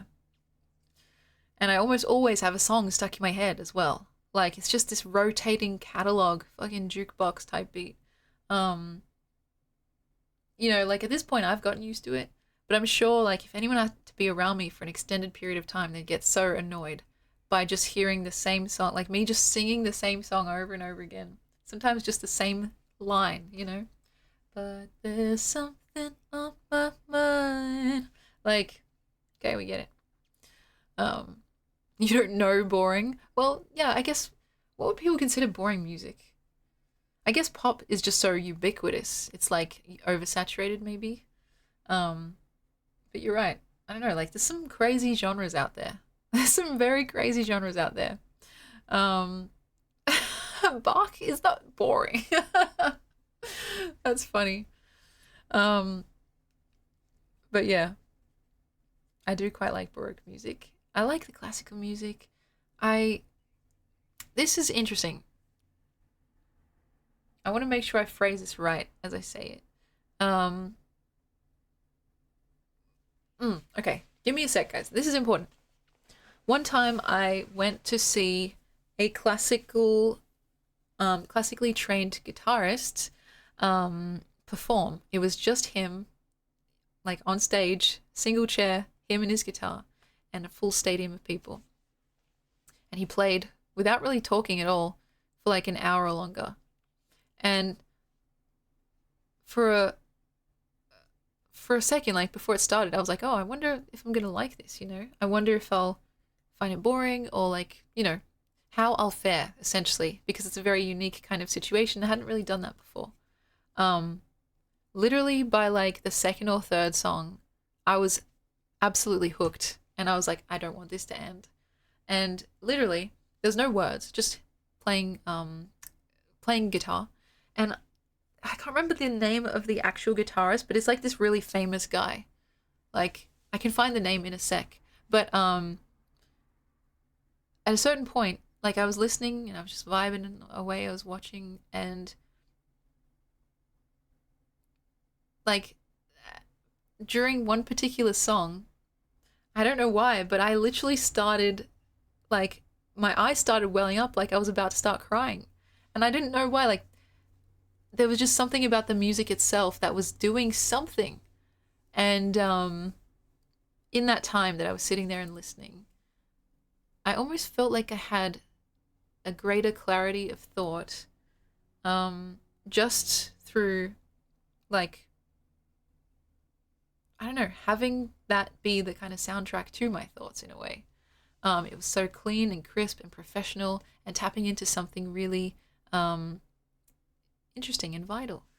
And so, yeah, I felt myself like kind of getting a bit teary eyed. And it was funny because it was at that exact concert that I had this thought that just popped into my head like, I should delete Twitter.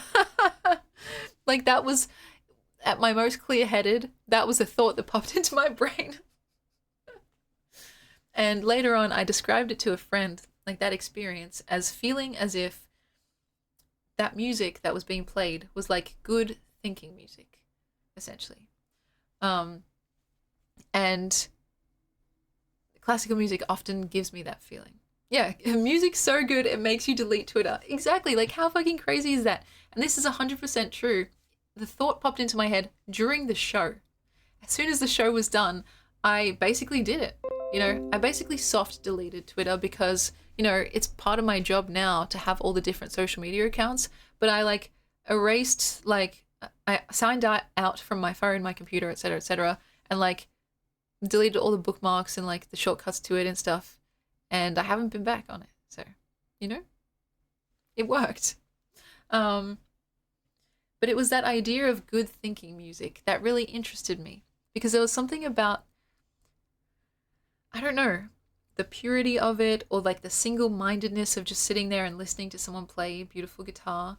It was complicated as well. This guy was really good. And so, yeah, being in that state was almost just shy of being like meditative. You know what I mean? Almost like meditation. And in that time, I was like, fuck, I should really delete Twitter. And yeah, I felt myself getting really emotional without really knowing why. And it made me wonder, like, what's happening in these undercurrents. Like, there's no words here.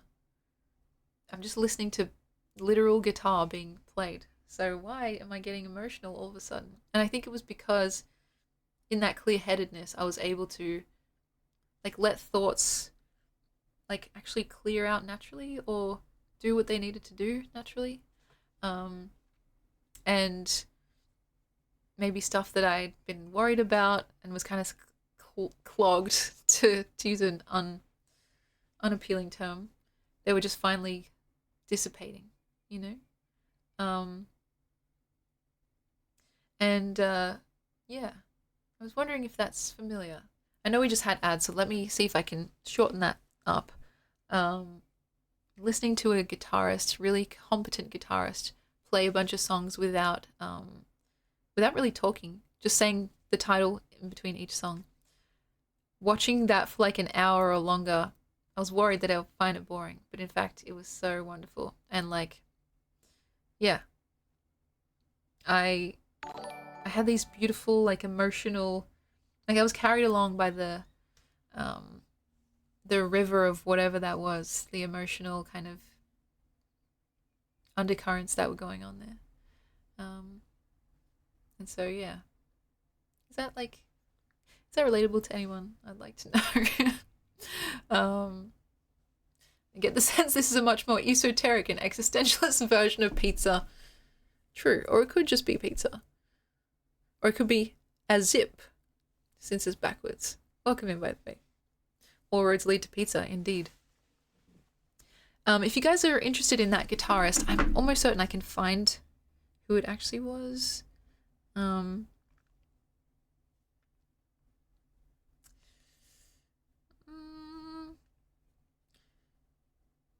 Shit, come on.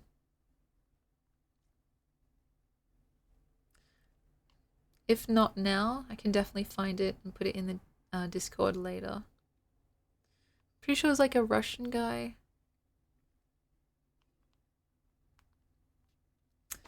Fuck.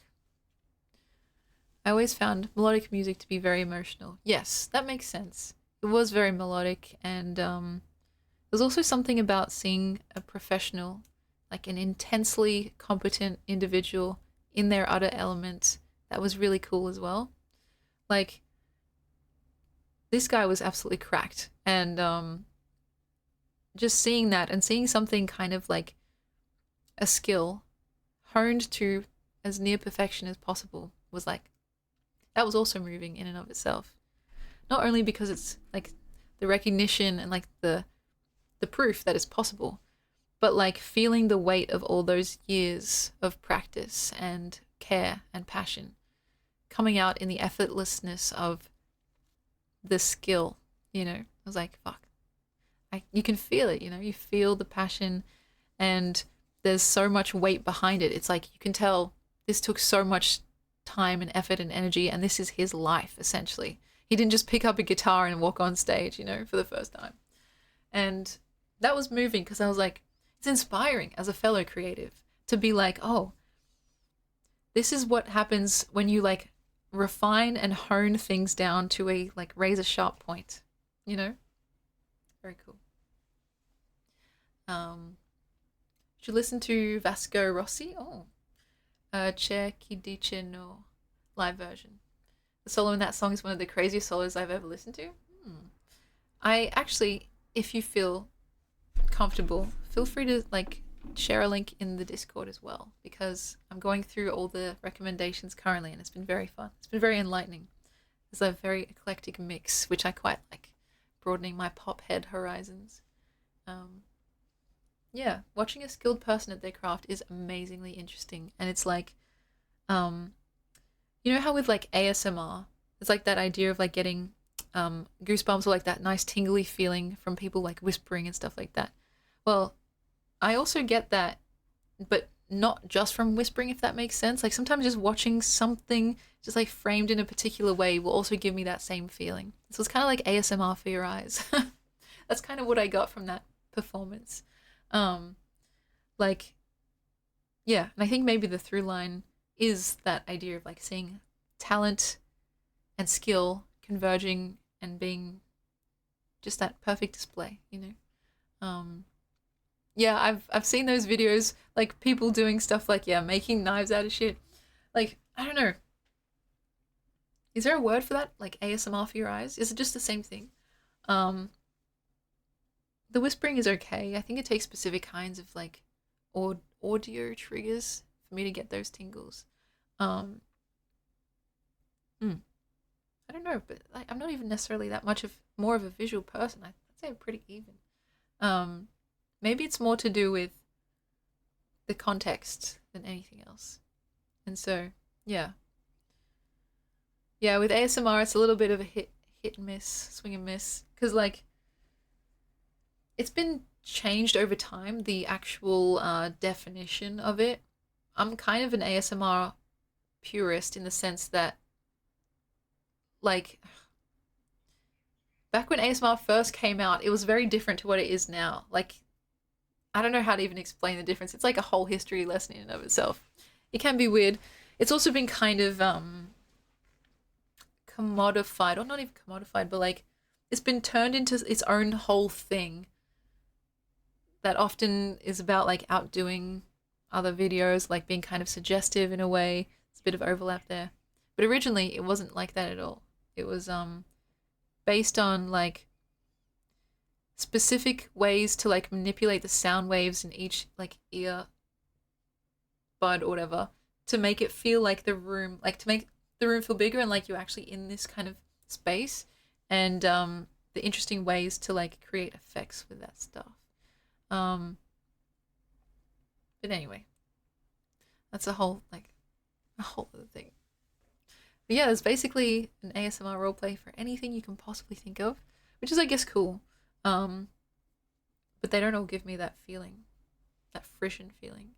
um yeah, a lot of it has been co-opted into like suggestive kind of, yeah, softcore pornography adjacent stuff. But that kind of happens with everything that gets popular. Like just the nature of the internet.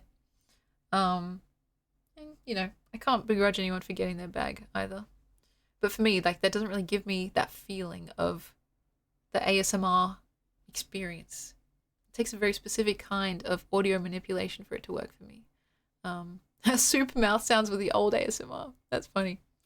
Um, yeah, that's true, and actually, you can kind of see that still nowadays with the Sometimes people have these like fake soup things with like wooden bowls and wooden blocks and like kind of mixing them around. It does make some interesting noises.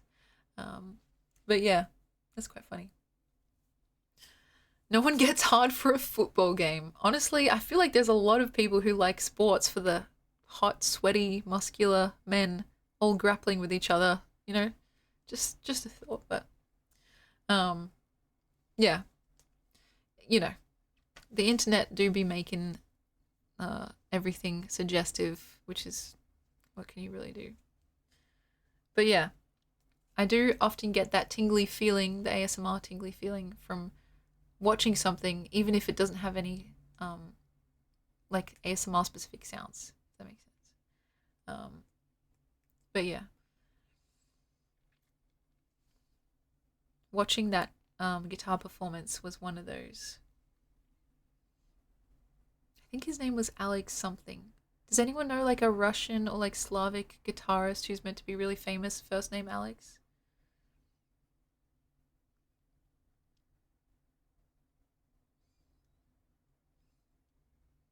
Art and music known for never being horny.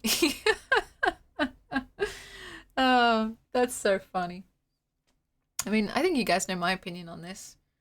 I think anything can be horny. Doesn't mean it necessarily will or won't be.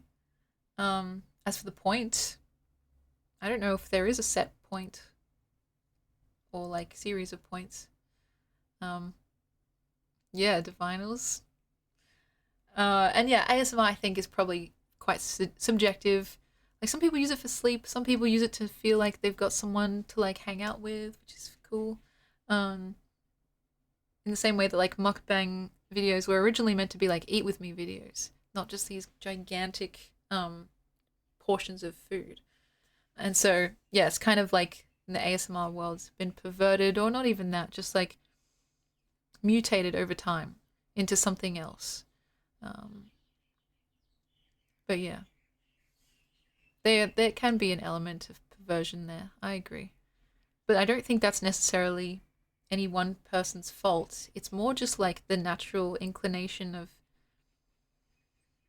mechanics of the internet, you know? Um, it's almost like this conveyor belt leading inevitably to like bigger, better, stronger, faster, um, because, you know, the currency that everyone's vying for is attention. So you have to be more outlandish than the last person. You have to be more attention grabbing than the last person.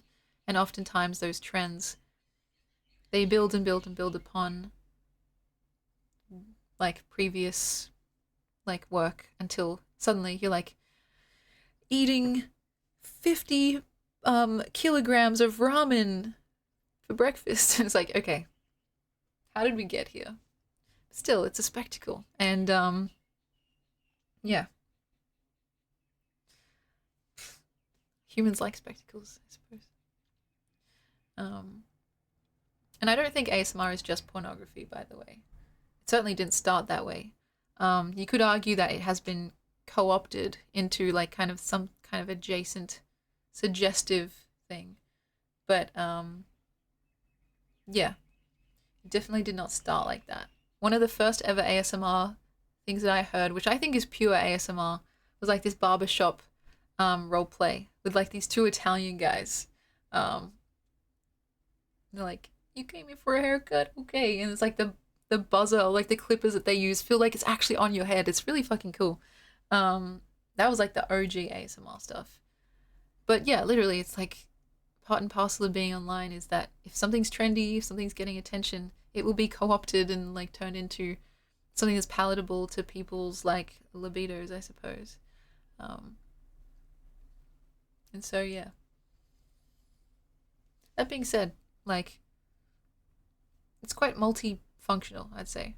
And even if like I don't know what percentage would be a would be like kind of like softcore pornography like export percentage, but honestly, it's like that's fine, no matter what it is, you know. There's an ASMR video where the scenario is you're a passenger on a luxury overnight train. Love that one. The train sounds and the train hostess offering tea and cakes. Yeah, that's nice. Yeah, it's like it's multi-purpose. People use it to sleep. People use it like because they're horny. People use it to feel like they have a companion. People use it because they're interesting now. Like people make up all these really elaborate role plays. Like, oh, you're. There's one where it's like Amelia Earhart doing your doing your makeup before the plane crashes or whatever it's called. It's like that is so yeah. It's just like yeah, it's funny and silly. I I would yeah push back on the idea that it's all pornography, and the fact that a lot of it is, however much of it is, doesn't really change my opinion of it. Anyway, but yeah, the keyboard go clack clack clack exactly.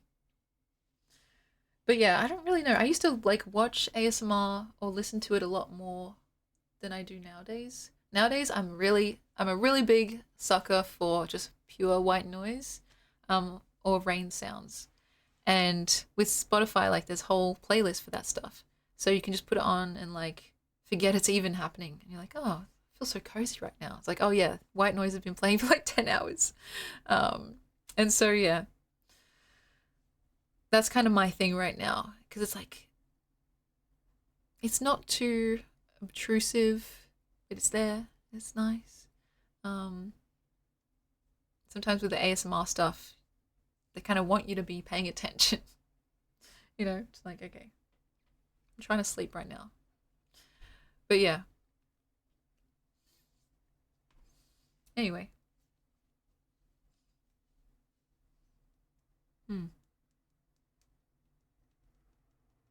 Amelia Earhart does your makeup before the plane crashes. Fuck me.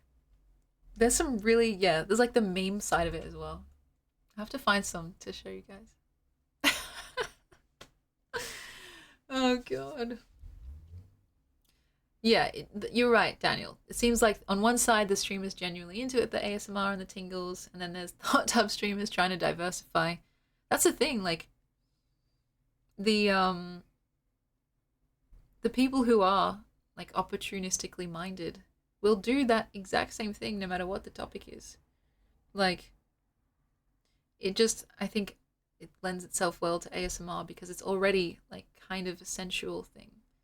Whispering or like up close and personal attention, that sort of thing. Yeah, if you're a hot tub streamer, you may as well be an ASMR streamer. Yeah, there's also the kind of that, yeah, potentially a veneer of like professionalism that you can defer to if someone's like, hey, why are you in a hot tub doing that sort of thing? We just call that multitasking. Yeah, mommy tells you you're good and that you're doing great, sweetie. ASMR is all that Emmy listens to. Totally not sexually charged at all. Just delete my history. That's funny. Honestly, some of the ASMR like videos that I've listened to in the past have been pretty damning, but probably not more damning than what else we've gotten up to on this channel. To be honest. Oh Lord have mercy. And yeah, for genuine like non-sexual reasons, like listening to that, like if you don't get the ASMR feeling, it's hard to explain, but it feels a bit like goosebumps, but in a way that's pleasurable and not just like this weird cold feeling, you know? What does daddy say though? Oh, you don't want to know. Yeah, the haircut one is a great example. It's like that interesting use of like spatial effects to make it feel like you really are getting a haircut. And the first time I listened to that, because they ask you to close your eyes, like I jumped because I'm like, oh my god, did someone actually put clippers against my head? And yeah, I wonder if I can find that. It won't work unless you have the specific headphones, But if you guys are curious about the actual video, I'm pretty sure I can find it. Just give me a sec. ASMR barbershop roleplay. This was like the first ASMR video, so it might be buried because it didn't even have a video. Oh, yes, I think I found it. Okay. I don't think it's gonna work unless you have the headphones, but there it is. Virtual barbershop. And yeah, people say it's a grandpa of ASMR. So check it out. Tell me what you think. Anyway. It's funny, like half an hour ago I was about to sign off and do our affirmations, but then somehow we ended up here. Oh god. Yeah. Crazy world, huh?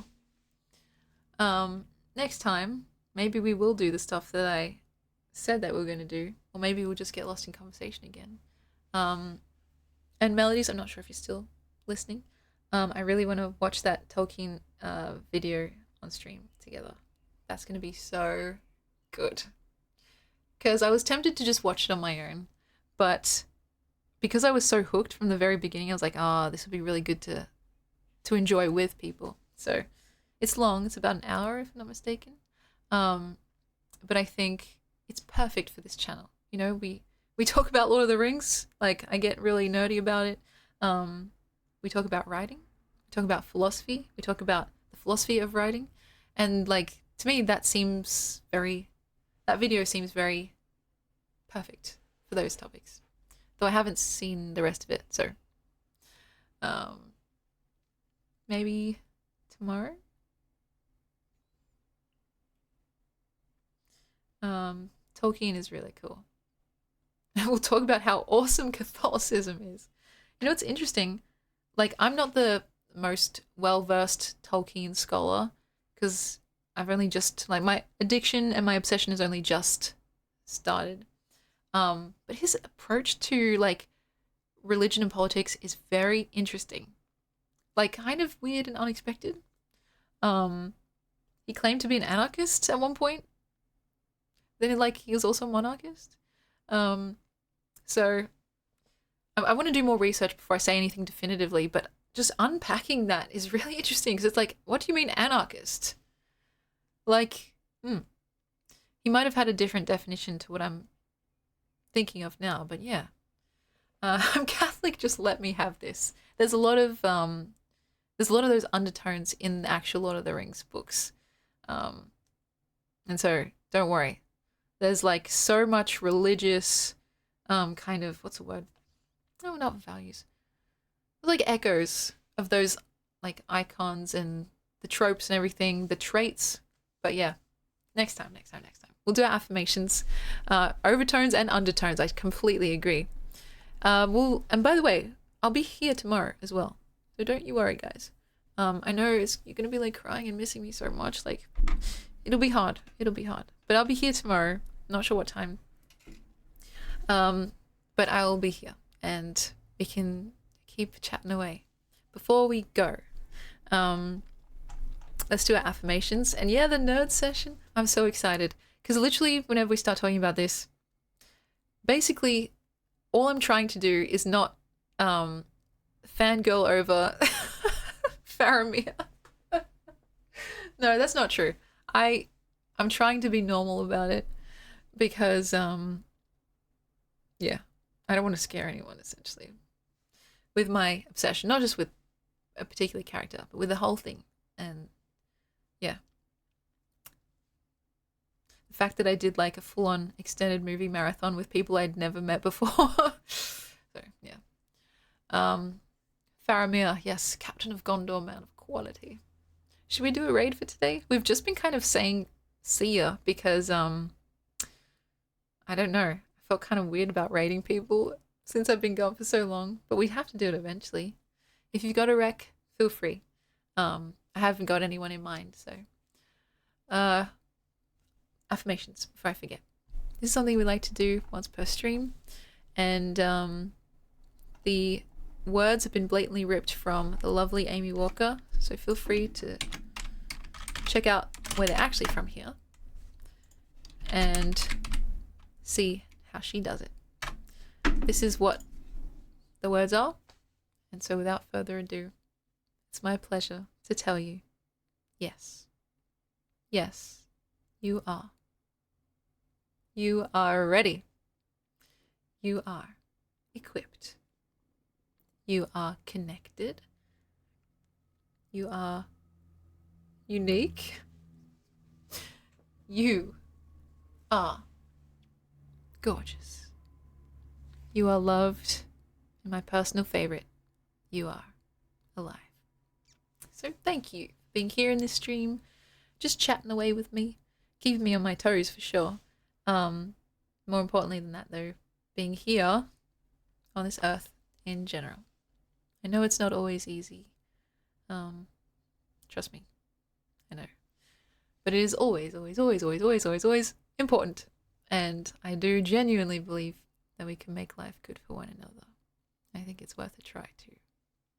So, hopefully I got that right.